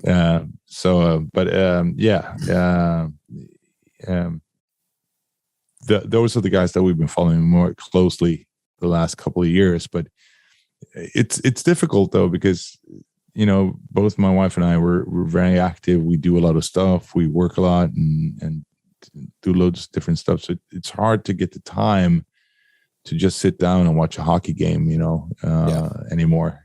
So it's because it takes time. It takes a good 2-3 hours to watch a hockey game, and we have other stuff we want to do at night. So it's something we enjoy when we get the chance. Yeah, big props to you guys for all of the money you've been raising for Ukraine. Yeah. I saw that you guys are raising a lot of money, like auctioning off rare Amon Amarth stuff for the we've raised money for the Ukrainians. I mean, we've the first auction stuff. I mean, obviously, when this comes out, it's going to be over. But the first auctions in tomorrow. And so far, the bidding is up to close to $10,000. So that's a pretty good, fair amount of money. Yeah. So what we decided to do was because, I mean, obviously, what's happening in Ukraine is horrible, and me and my wife, even we took in a Ukrainian family here. So we have 2 Ukrainian women and their children living here with us. At the moment. God, dude, that's fucking awesome. Yeah. So. Yeah, I mean, a lot of people in Sweden are doing that. It's it needs to be done. Over 10 million people in Ukraine are refugees, and almost 4 million of them are refugees in Europe now. So obviously they need somewhere to stay. Yeah, that's huge, though, man. That's really huge for you guys. So, but yeah, I mean, obviously it's terrible, and it's the biggest refugee crisis since World War II. But we also feel that it's important not to forget that there are other, war zones in the world with loads of refugees. So we decided that we would donate the proceeds to the UNHCR, which is the UN refugee program, and then Doctors Without Borders. But also, since my wife especially, but also me, we're big animal lovers, we decided to donate to the International Fund for Animal Welfare, especially for the situation in Ukraine, where a lot of pets and farm animals are suffering right now. So and they also need our help, because I mean, we have pets and they're family members to us. Totally. it must be devastating to have to leave your pets behind. So hopefully that money can help someone be reunited with their dogs or cat or whatever. Well, that's awesome. That's really awesome to hear, man. Yeah, I mean, it's just stuff collecting dust right here. So yeah, if it can make someone happy and we can collect some money to give away to charity, that's awesome. Yeah, you are right. There is a lot of Yemen, Cape Town, South Africa, all these places that have just insanely horrible refugee crises going on. Definitely. I think it's important that we don't forget that. And I think that's one of the reasons why I think UNHCR and Doctors Without Borders are doing a great job, because they're everywhere in the world and doing a fantastic job. What kind of stories are the Ukrainian people that are staying with you telling? I mean, is it just fucking horrific? Fortunately for us and for them, mostly for them, but also for us, because there are stories with people who are very traumatized that come to live with people, and it is difficult, But fortunately for the people living here, they didn't, experience too much of that terror. They got out in time. Okay. They're from Kiev, but they have both a place outside Kiev in the countryside and an apartment in Kiev. So at the moment, it's the mother and grandmother of 2 children that are here, but the husband of the children, or the husband of the mother of the children, is still in Ukraine, which obviously is difficult for them. And he's fighting. I'm not sure, actually. I think he's a farmer, so I think actually he's trying to farm the land so that they can produce food, which is also important, obviously. Yeah. But you can tell that every once in a while, you can tell that the mood is going down and they're affected by it, but they're doing a good job trying to keep a positive attitude, which I'm really impressed about. Yeah. Well done, man. That's pretty big. I don't know. I mean, you try to help any way we can. We just imagine what it would be like to have to leave everything behind yourself. Right. And live from a suitcase basically, and depend on other people to help you. I mean, it must be horrible. We were talking about your teenage years, and then and somehow we ended up here. Yeah. This is very interesting. But I want to go back to your teenage years for a minute. That's me. Attention span of a goldfish. No, dude, it's total. I mean, I love it. Yeah. I love that we're going all over the place. This is what makes a great conversation. Yeah. No, but then when I left that silly period of my life where I didn't listen to music anymore, I got into it was more into Metallica, Megadeth, Testament, classic Bay Area music, Yeah. And from there on, that's what I wanted to listen to. The problem for me though was that I wouldn't say that I was poor, but I couldn't really afford to buy a lot of music. So I would tape music like from my friends. Mm-hmm. And buy the odd album here and there, but that's right. That's pretty much what it was. So I didn't have a lot of music, actually. I didn't, but what I had, I cherished. Right.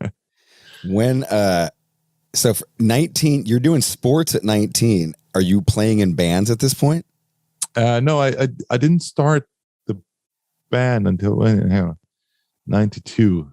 Oh yeah, actually 19 I started. Oh, okay. Started so you left sports and like immediately went just trying to like. Well, it wasn't that I left sports when I was 19, and then I joined the band, but I left hockey.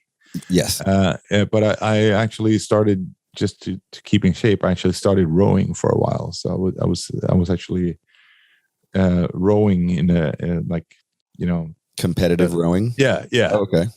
For a while, but then like, is this on like college or something? Like no, like just a club. I had a friend in high school who was rowing in that club, so he brought me along, and I thought it was kind of fun. But I only did that for a couple of years, and then I gave up sports. What's the first metal show you go to?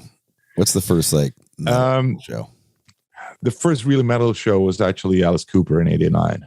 Okay, the Trash. Yeah, that's the first heavy metal show I went to. But I went to tons of shows that year because there was a lot of stuff coming out. So and then the first the first one I can remember really wanting to go to though was Metallica in Stockholm in '86. Okay, which was Master of Puppets, right? Yeah. Would have been Cliff's last show. It would have been, yeah. It was actually, yeah. But unfortunately, since I didn't have any money for tickets, and 13-year-old Johan wasn't allowed to go into Stockholm by himself, of course, yeah. Right. So yeah, even though I had a friend who was going with his older brother, who's 5 years older, but I don't think my parents really trusted his older brother that much. Funny. So yeah, I couldn't go, unfortunately. When's the first time you see Metallica? Do you remember Cliff dying? Do you remember the news of Cliff dying? Like right after that? Yeah. I mean, that must have been pretty huge news in Sweden. Yeah. That was unreal. I mean, is it in the newspapers? Like, is it? Yeah. Definitely. Yeah. I don't remember the newspaper what it looked like, but I think it probably was on the first side, on the front page. But yeah, I remember that. It was surreal. Actually, it was odd because I forget which happened first. I think I kind of had the same feeling I had when the Swedish Prime Minister got shot that year, and I always forget which happened first. I don't remember, but the Swedish Prime Minister. So the Prime Minister got shot and killed. Yeah. Oh wow, crazy! Same year. I don't know if I knew about that. Yeah. So that was, I sort of had the same feeling. It was like this surreal feeling. It's like, this can't be real. This this cannot have happened. But. And you were loving Metallica at this point? Yeah, definitely. Yeah. But but I didn't see Metallica actually until they came back with the Black Album. I don't know why I missed the Unjustice tour, because I had that album. I bought that album when it came out, and I listened to it nonstop basically for a year. My mom hated me for that. Stop listening to that Metallica record. Yeah. So I don't know why I didn't go to that show though. I actually cannot say, because I can't even remember knowing that the show was going on, which would be weird. But they must have played Stockholm for sure. So I don't know actually why I didn't go to that show. Yeah, that's got some good jams on it. Blackened, Shortest Straw. Yeah. Sorrow. You always get a bad rep for the lack of bass, which I kind of can understand, but the songs are fucking Dyer's Eve. Yeah, they're heavy, man. Yeah, I love that album. Yeah, the guitars. Yeah. The title track kind of loses me. It's long. And it's fucking long. It is long. Yeah, 9:44. It's long, right? Yeah. Oh, you know the time. That's great. It says right there, back on this. Right. Yeah. I don't know. Even that song, I actually really enjoyed. What do you think of the Black Album when it comes out? Are you a Black Album hater? I'm not going to say I'm a hater. I'm not a lover either. I was a little bit disappointed. Yeah. I must say, but I did love Sad But True. I thought that was an awesome song. Fuck yeah. Song crushes. So I love that song. I actually kind of liked Enter Sandman too, the first single, when it came out. And but it's odd. I'm not a big fan of the Black Album, but I don't really hate it either. It's just not, it doesn't, it misses the edge of the four previous albums in my book, but I don't like people, when they say sell out or, no, they sold out on that album or whatever. because it's not about selling out. It's about what your inspirations are, I think. And also it's like, if you listen to the production of that album, it's actually really good. Fuck yeah. Production. It has, I mean, it has a benchmark. Yeah. So it's just a matter of, you know, the direction they took with production and writing songs. And I think they became really popular because the production was so good. They became popular on a broader scale. And I think that's more than anything what made people hate the Black Album, because Metallica was our thing. And now all these people that never listened to them before also like them. You know? Right. And I don't think that's selling out. It's just a matter of, you know, where's your inspiration taking you know, people evolve, musicians evolve, you know. And I don't think if Metallica would have rewritten, you know, Ride Lightning 7 times, people would have get really bored with them, you know. So I think people forget that actually, like, if you look at the 4 first albums, they all are big steps in evolution. They all are different, you know. Right. So it's just a matter. I think it's the fact that album broke them big that makes people a little bit pissed about an album. But it's crazy to think that all of that music, 5 albums, was written in 7 years. Yeah. Yeah, like from 83 to 90. You know, like, yeah. That all that fucking timeless, epic music I know. was written in this little short period of time. You know, they just celebrated their 40th anniversary. So 30. I never thought about that. 3 years later, you know, like, that never struck me. Actually, that is true. That's insane, man. Yeah. Same with Crazy. Slayer too. Slayer's Show No Mercy to Seasons in the Abyss is fucking 7 years. Yeah, insane, motherfuckers. You motherfuckers. Yeah, fucking hell, man. What the hell? Yeah, but yeah, it's crazy. But no, I've always been, you know, like that. You know, when people call out bands for being sellouts, for doing something different or doing something, it's like, yeah, but you have to realize that musicians, you know, they're creative people. They want to try different things. I mean, obviously, there's going to be that odd band that's going to go like, yeah, we want to be more commercial and reach out to more fans. But most musicians are not, actually, even if that's the way it may seem sometimes, because all of a sudden it became more popular. But it's I think it's more about exploring new ways of writing music that you feel that you want to write. And I think it's very rare with bands like AC/DC who found their format early and just stuck with it, you know? Yeah.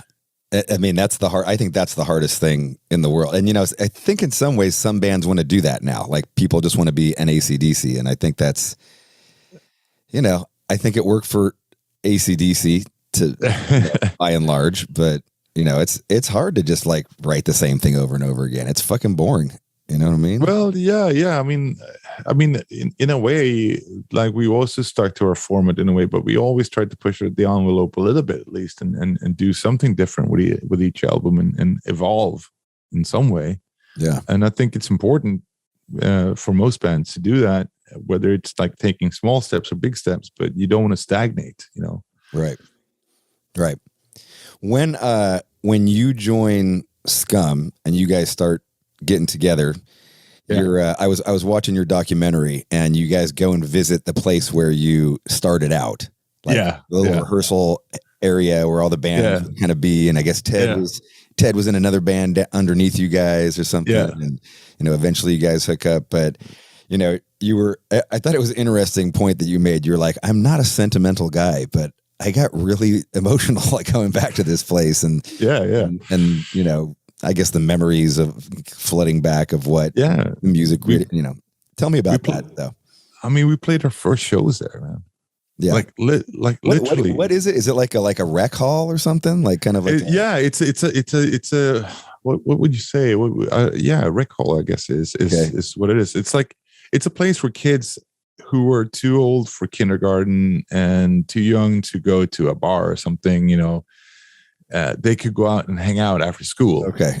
So there would be a little like shop where you could get soda and candy, and there would be pool tables, dartboards, or something. You do a bunch of different hobbies, and they would have rehearsal places. So if you wanted to learn how to play an instrument, they would have people who knew that to do that, and they could teach you. And then, you know, they would have also rehearsal places that you could rent like really cheap. You know, I think it was like $10 a month. Wow, to rent it. that's fucking cheap. That's like really, really cheap. Yeah, but it was funded by the city, and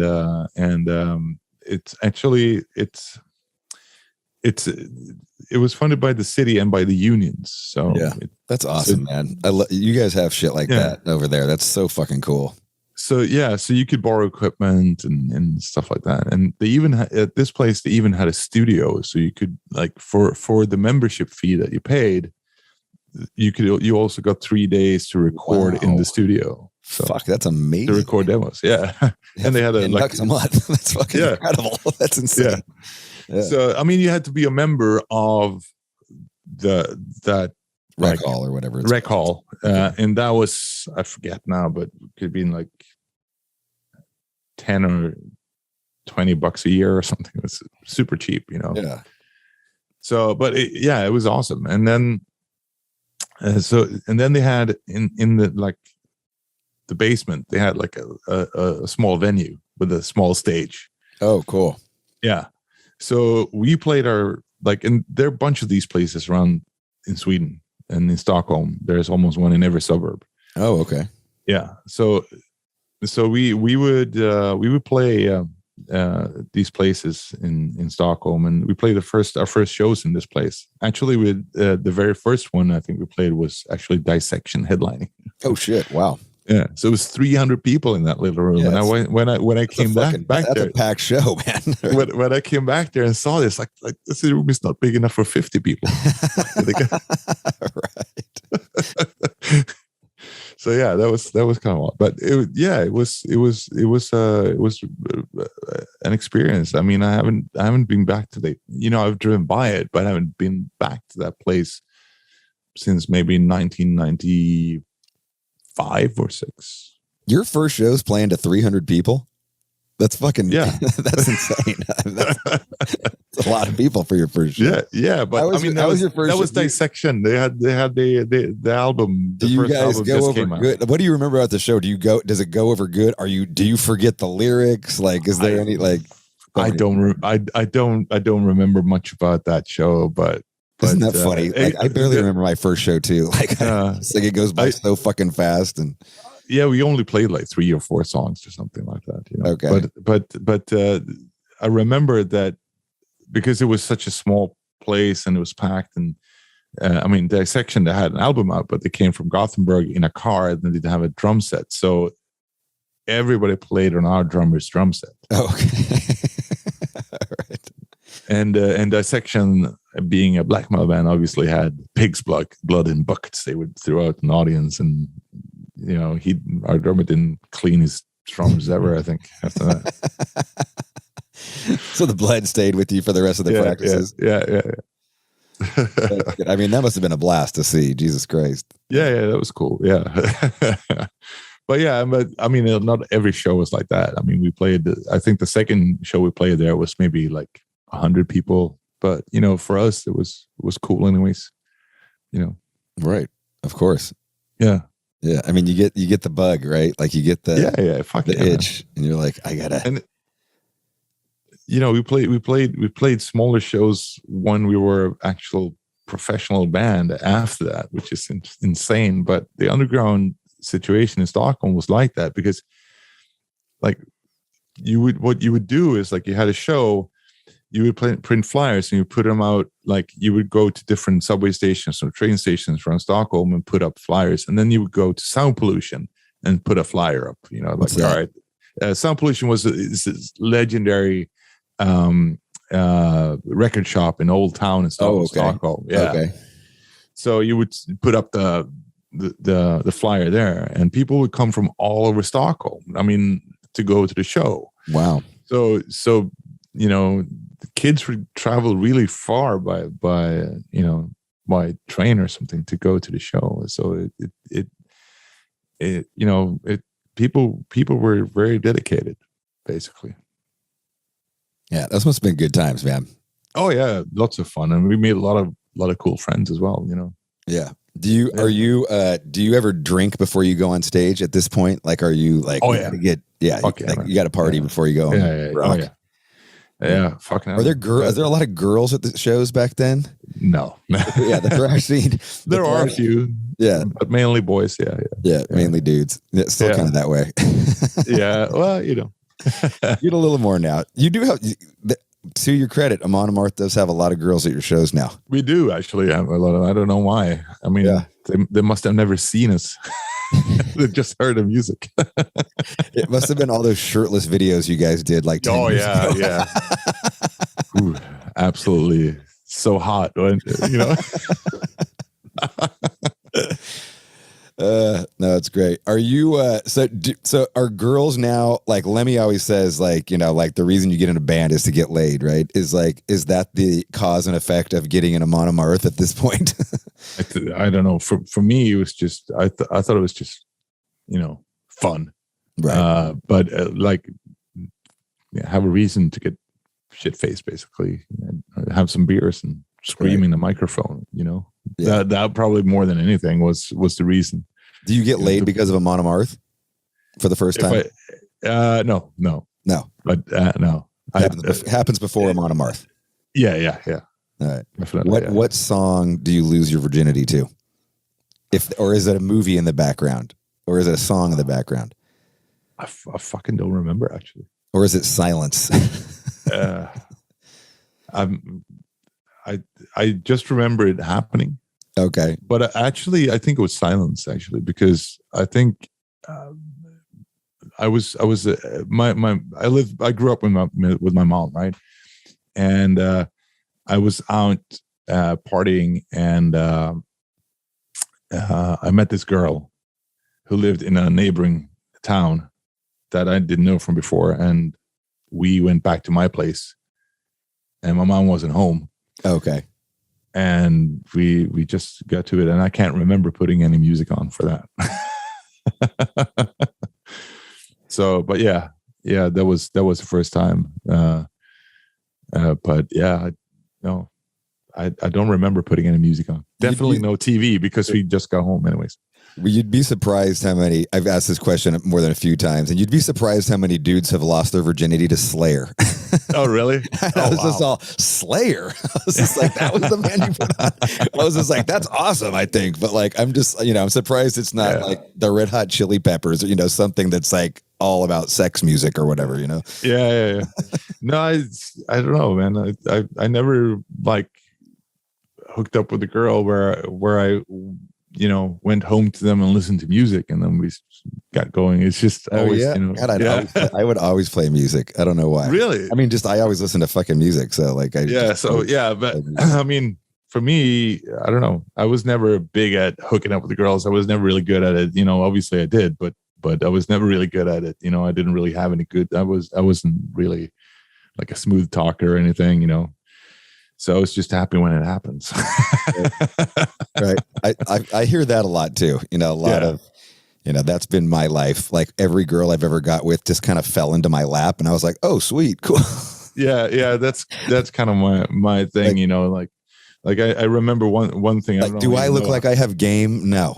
No. It's just actually, that's actually kind of how it happened for me. Like most of the times, it's just happened to be this girl that I got getting eye contact with, and boom, she's sitting in my lap, and all right, let's go to your place, like, sweet. My place.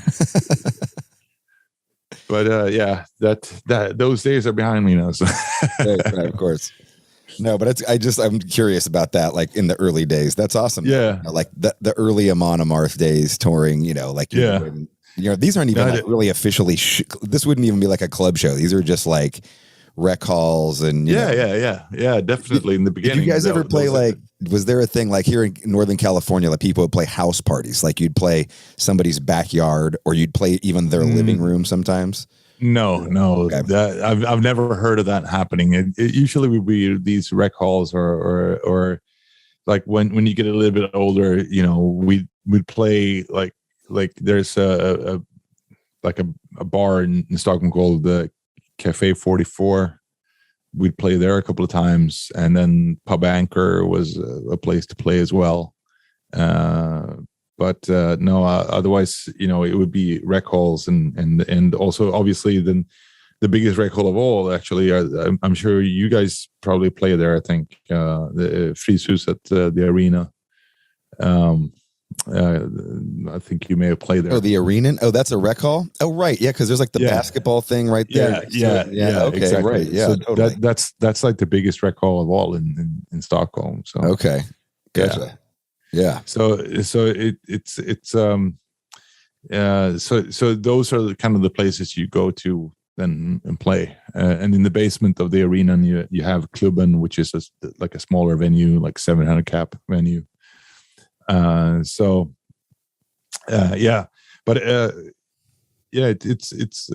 those places we play, and you know, you would basically, you weren't really allowed to drink in those places, so you would have to kind of drink before you went in. Right. And actually one time we drank too much and weren't allowed in. You weren't allowed to play your show. No.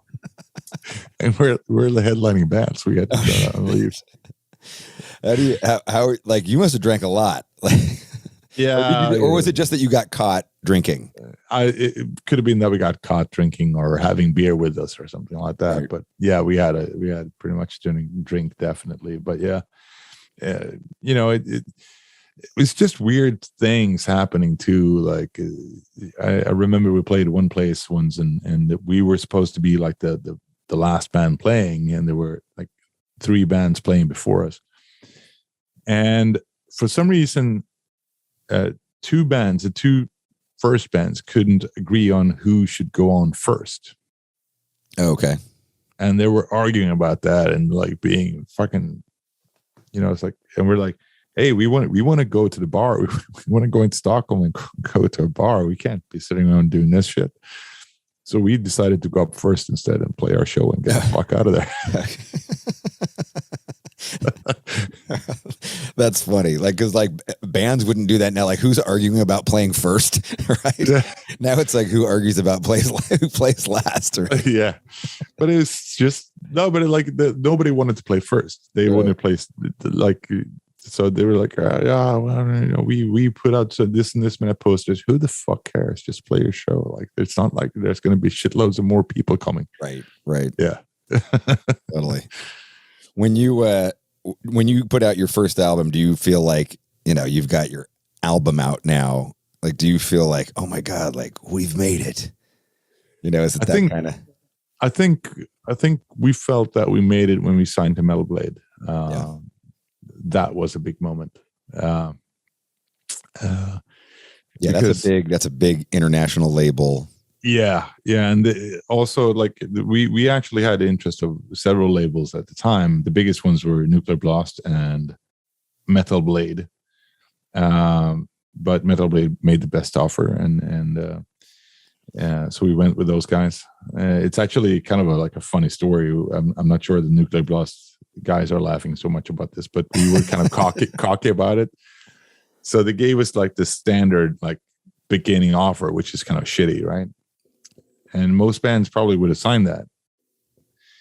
But we were asking around a little bit, and somebody said, well, if you want to sign with Nuclear Blast, you should get a lawyer, you know. And that's a good advice. Right. And then Metal Blade got in touch, and their offer was way better. Okay.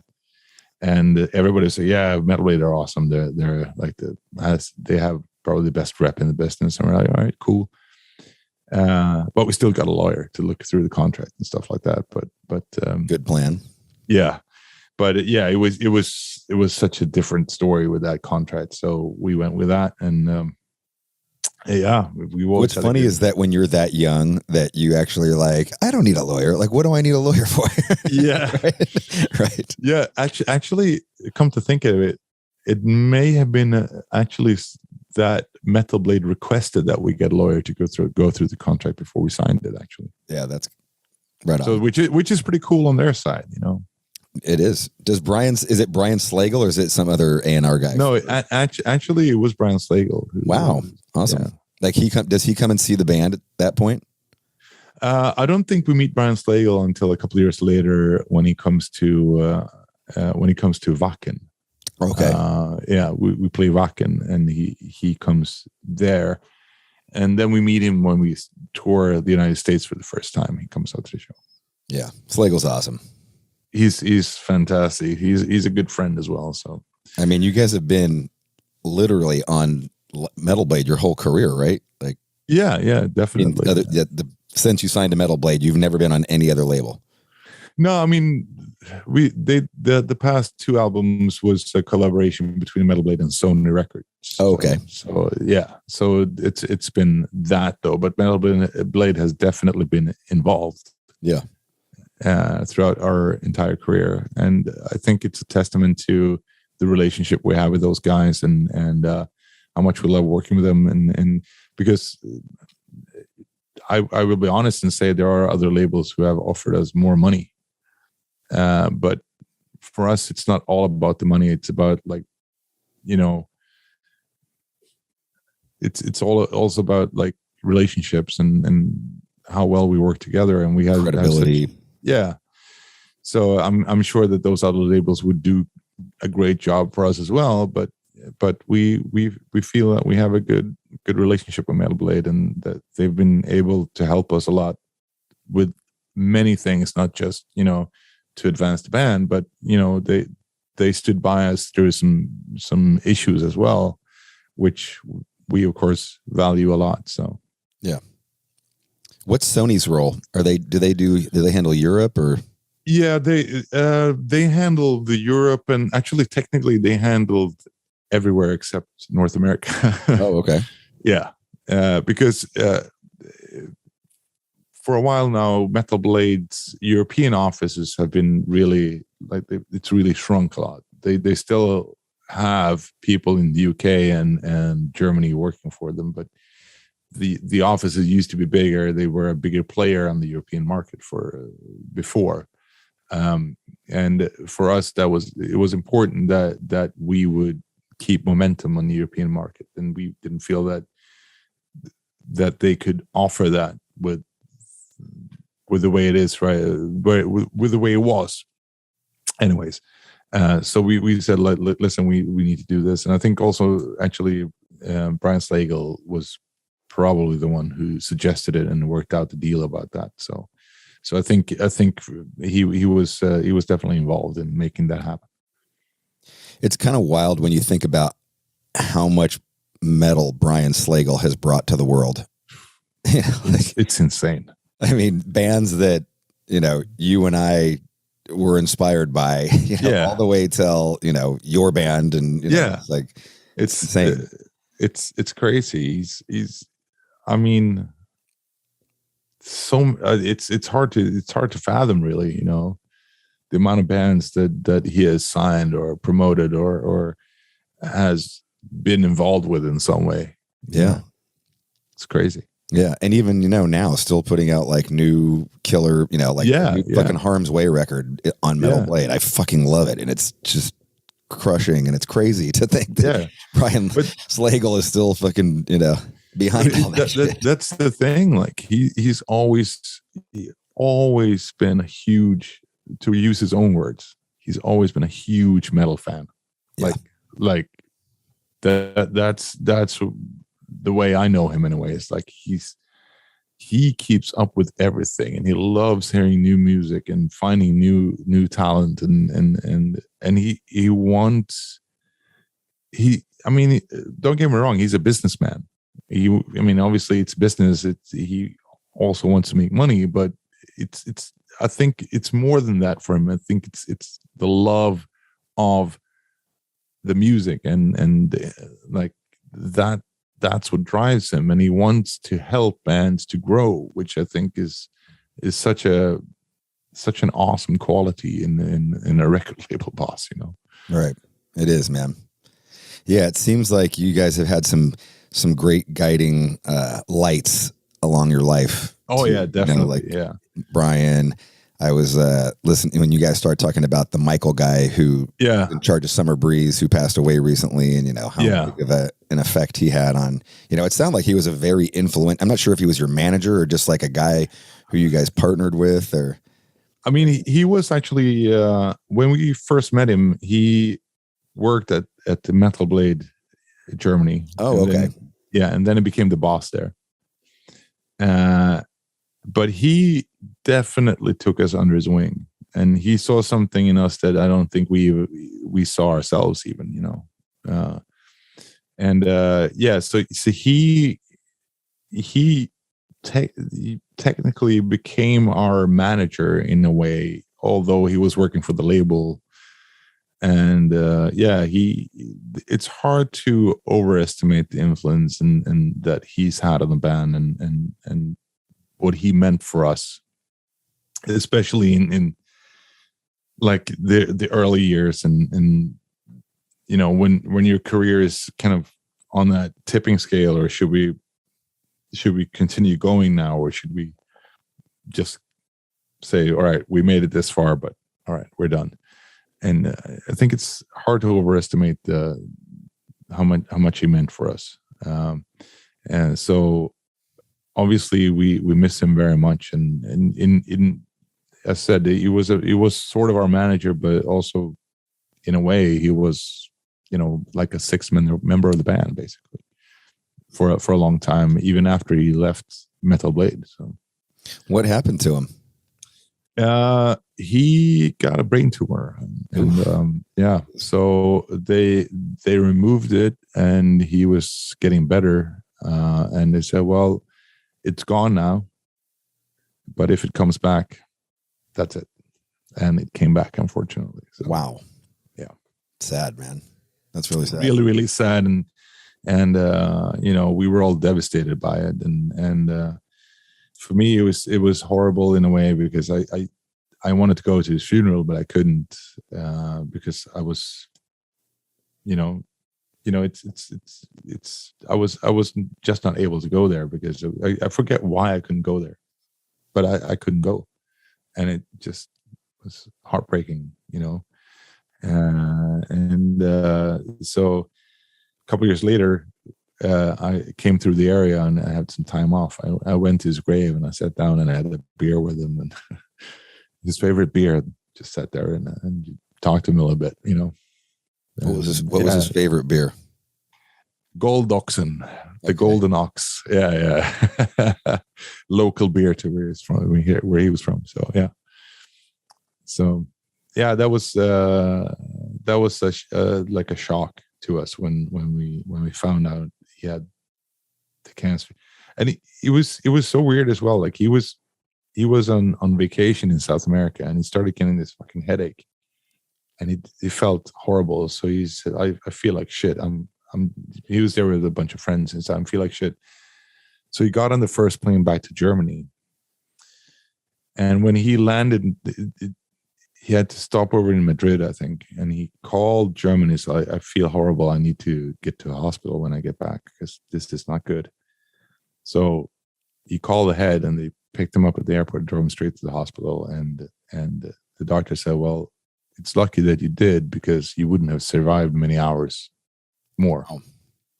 So like he was still around for a few more years after that, but yeah, it was it's so hard to imagine that stuff happening, because you kind of go through life thinking nothing like that will ever happen to you or someone you love, you know. And it does, you know. Things like this happen all the time, and there's no fairness to it, you know. It's just life, and I think that's something that we all have to learn how to deal with, because, you know, we're gonna face it at one point or another. It could be a family member, a friend, or a coworker, whatever, you know. So it is that the first person in your family that you've lost? Like, is that the first close person? No, I mean, both my parents are still alive, but and my step siblings are still alive as well. But your parents split up when you were young, though, right? Yeah. When I was 7, or 6 actually, but yeah, when I was 7.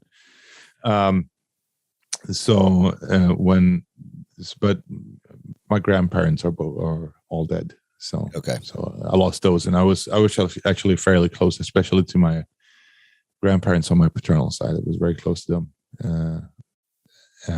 So because that was their on own, your paternal side. What do you mean? my father's. Okay. Yeah, we have a special word for that. We say farfar and farmor for our fathers, that and mor and morfar for our mothers. Parents. Okay. Yeah. Gotcha. My father's father and my father's mother, and then you've got mother's mother and mother's father. Yeah. Gotcha. You were close with your father's parents. Yeah. That side. So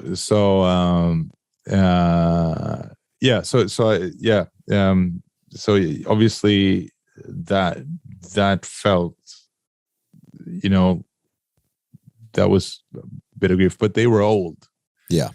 That's Michael, it's different, right? Like when they're old. Yeah. Michael was younger than I am now. So wow. Yeah. So So in that sense, it definitely is. It makes you realize that life is very fragile, and it also makes me realize that I'm fortunate to have been able to do what I love for a living. Because if you're just a slave to the grind and just punching in, punching out, and the only thing you live for are the weekends. A lot of people live like that, and it's you should. I mean, obviously, a lot of people enjoy doing that, but I think a lot of people hate it, and they could be doing something else if they wanted to. But it's just a matter of finding that perception. And sometimes you kind of ask yourself, am I going to be able to look back on my life and say I had a good one when the day comes? Because the day may come sooner than you expect. Right. So, you know what? I kind of think that ties back to the find your way or make your way, right? Yeah. Exactly. And sometimes life has these crazy,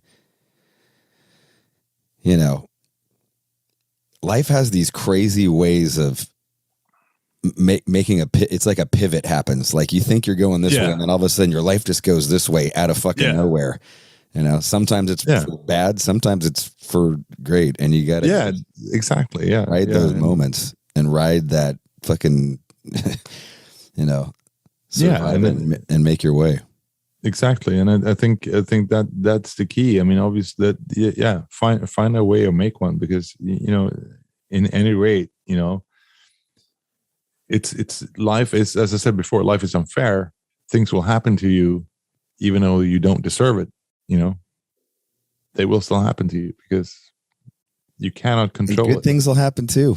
Yeah, exactly. But we tend to focus on the negative, and that's what I'm saying. Like it's better to be thankful for the positive things and see the negative things as a learning experience. Right. Which is hard, I know. It is hard. It's fucking so hard. Yeah. It's easy to say, but I think it's something that I think for metalheads, it's hard too. Like we're so conditioned to like be negative and angry and like, sometimes we're like fucking, no, this is good. Like enjoy the good, enjoy the positive thing that's happening to you. Yeah. I mean, I don't necessarily see it as a bad thing to be angry and negative about stuff, as long as you can, you can deal with it and move on. Right. Because that's the thing. Like, and I think metal is a good way to deal with negativity. Absolutely. It is a great outlet for negative emotions and anger and whatever, Fucking saved my life. Yeah. Like being able to get all that anger out, certainly when I was younger, and even when I'm an old dinosaur like I am. Totally. I totally agree. I have really, I've had a great time, man. Yeah, I really enjoyed this conversation. I'm actually amazed I managed to talk for 2 hours. I didn't think I would be able to, but you did. I mean, no fucking problem. Get me going and I'll never stop. No, that was, it was awesome, man. And I really, again, I'm really excited about the tour. Can't wait for you guys to drop the details of your new album and all that stuff. So you have a new album coming out as well. Yeah, we just announced it yesterday. Yeah, looking forward to that. I forget the name of the album now just because of that, but Kingdom and Crown. Oh, Kingdom and Crown. Yeah, that's wrong. That's a good title, man. That's a good title. Thank you. Yeah, looking forward to that. So when's that coming out again? August 26th. All right. Yeah. Fucking awesome, man. Hell Looking yeah. forward to that. Yeah. Ladies and gentlemen, right there, the mighty Johan Hegg of the mighty Amon Amarth No fucking regrets. with Rob Flynn.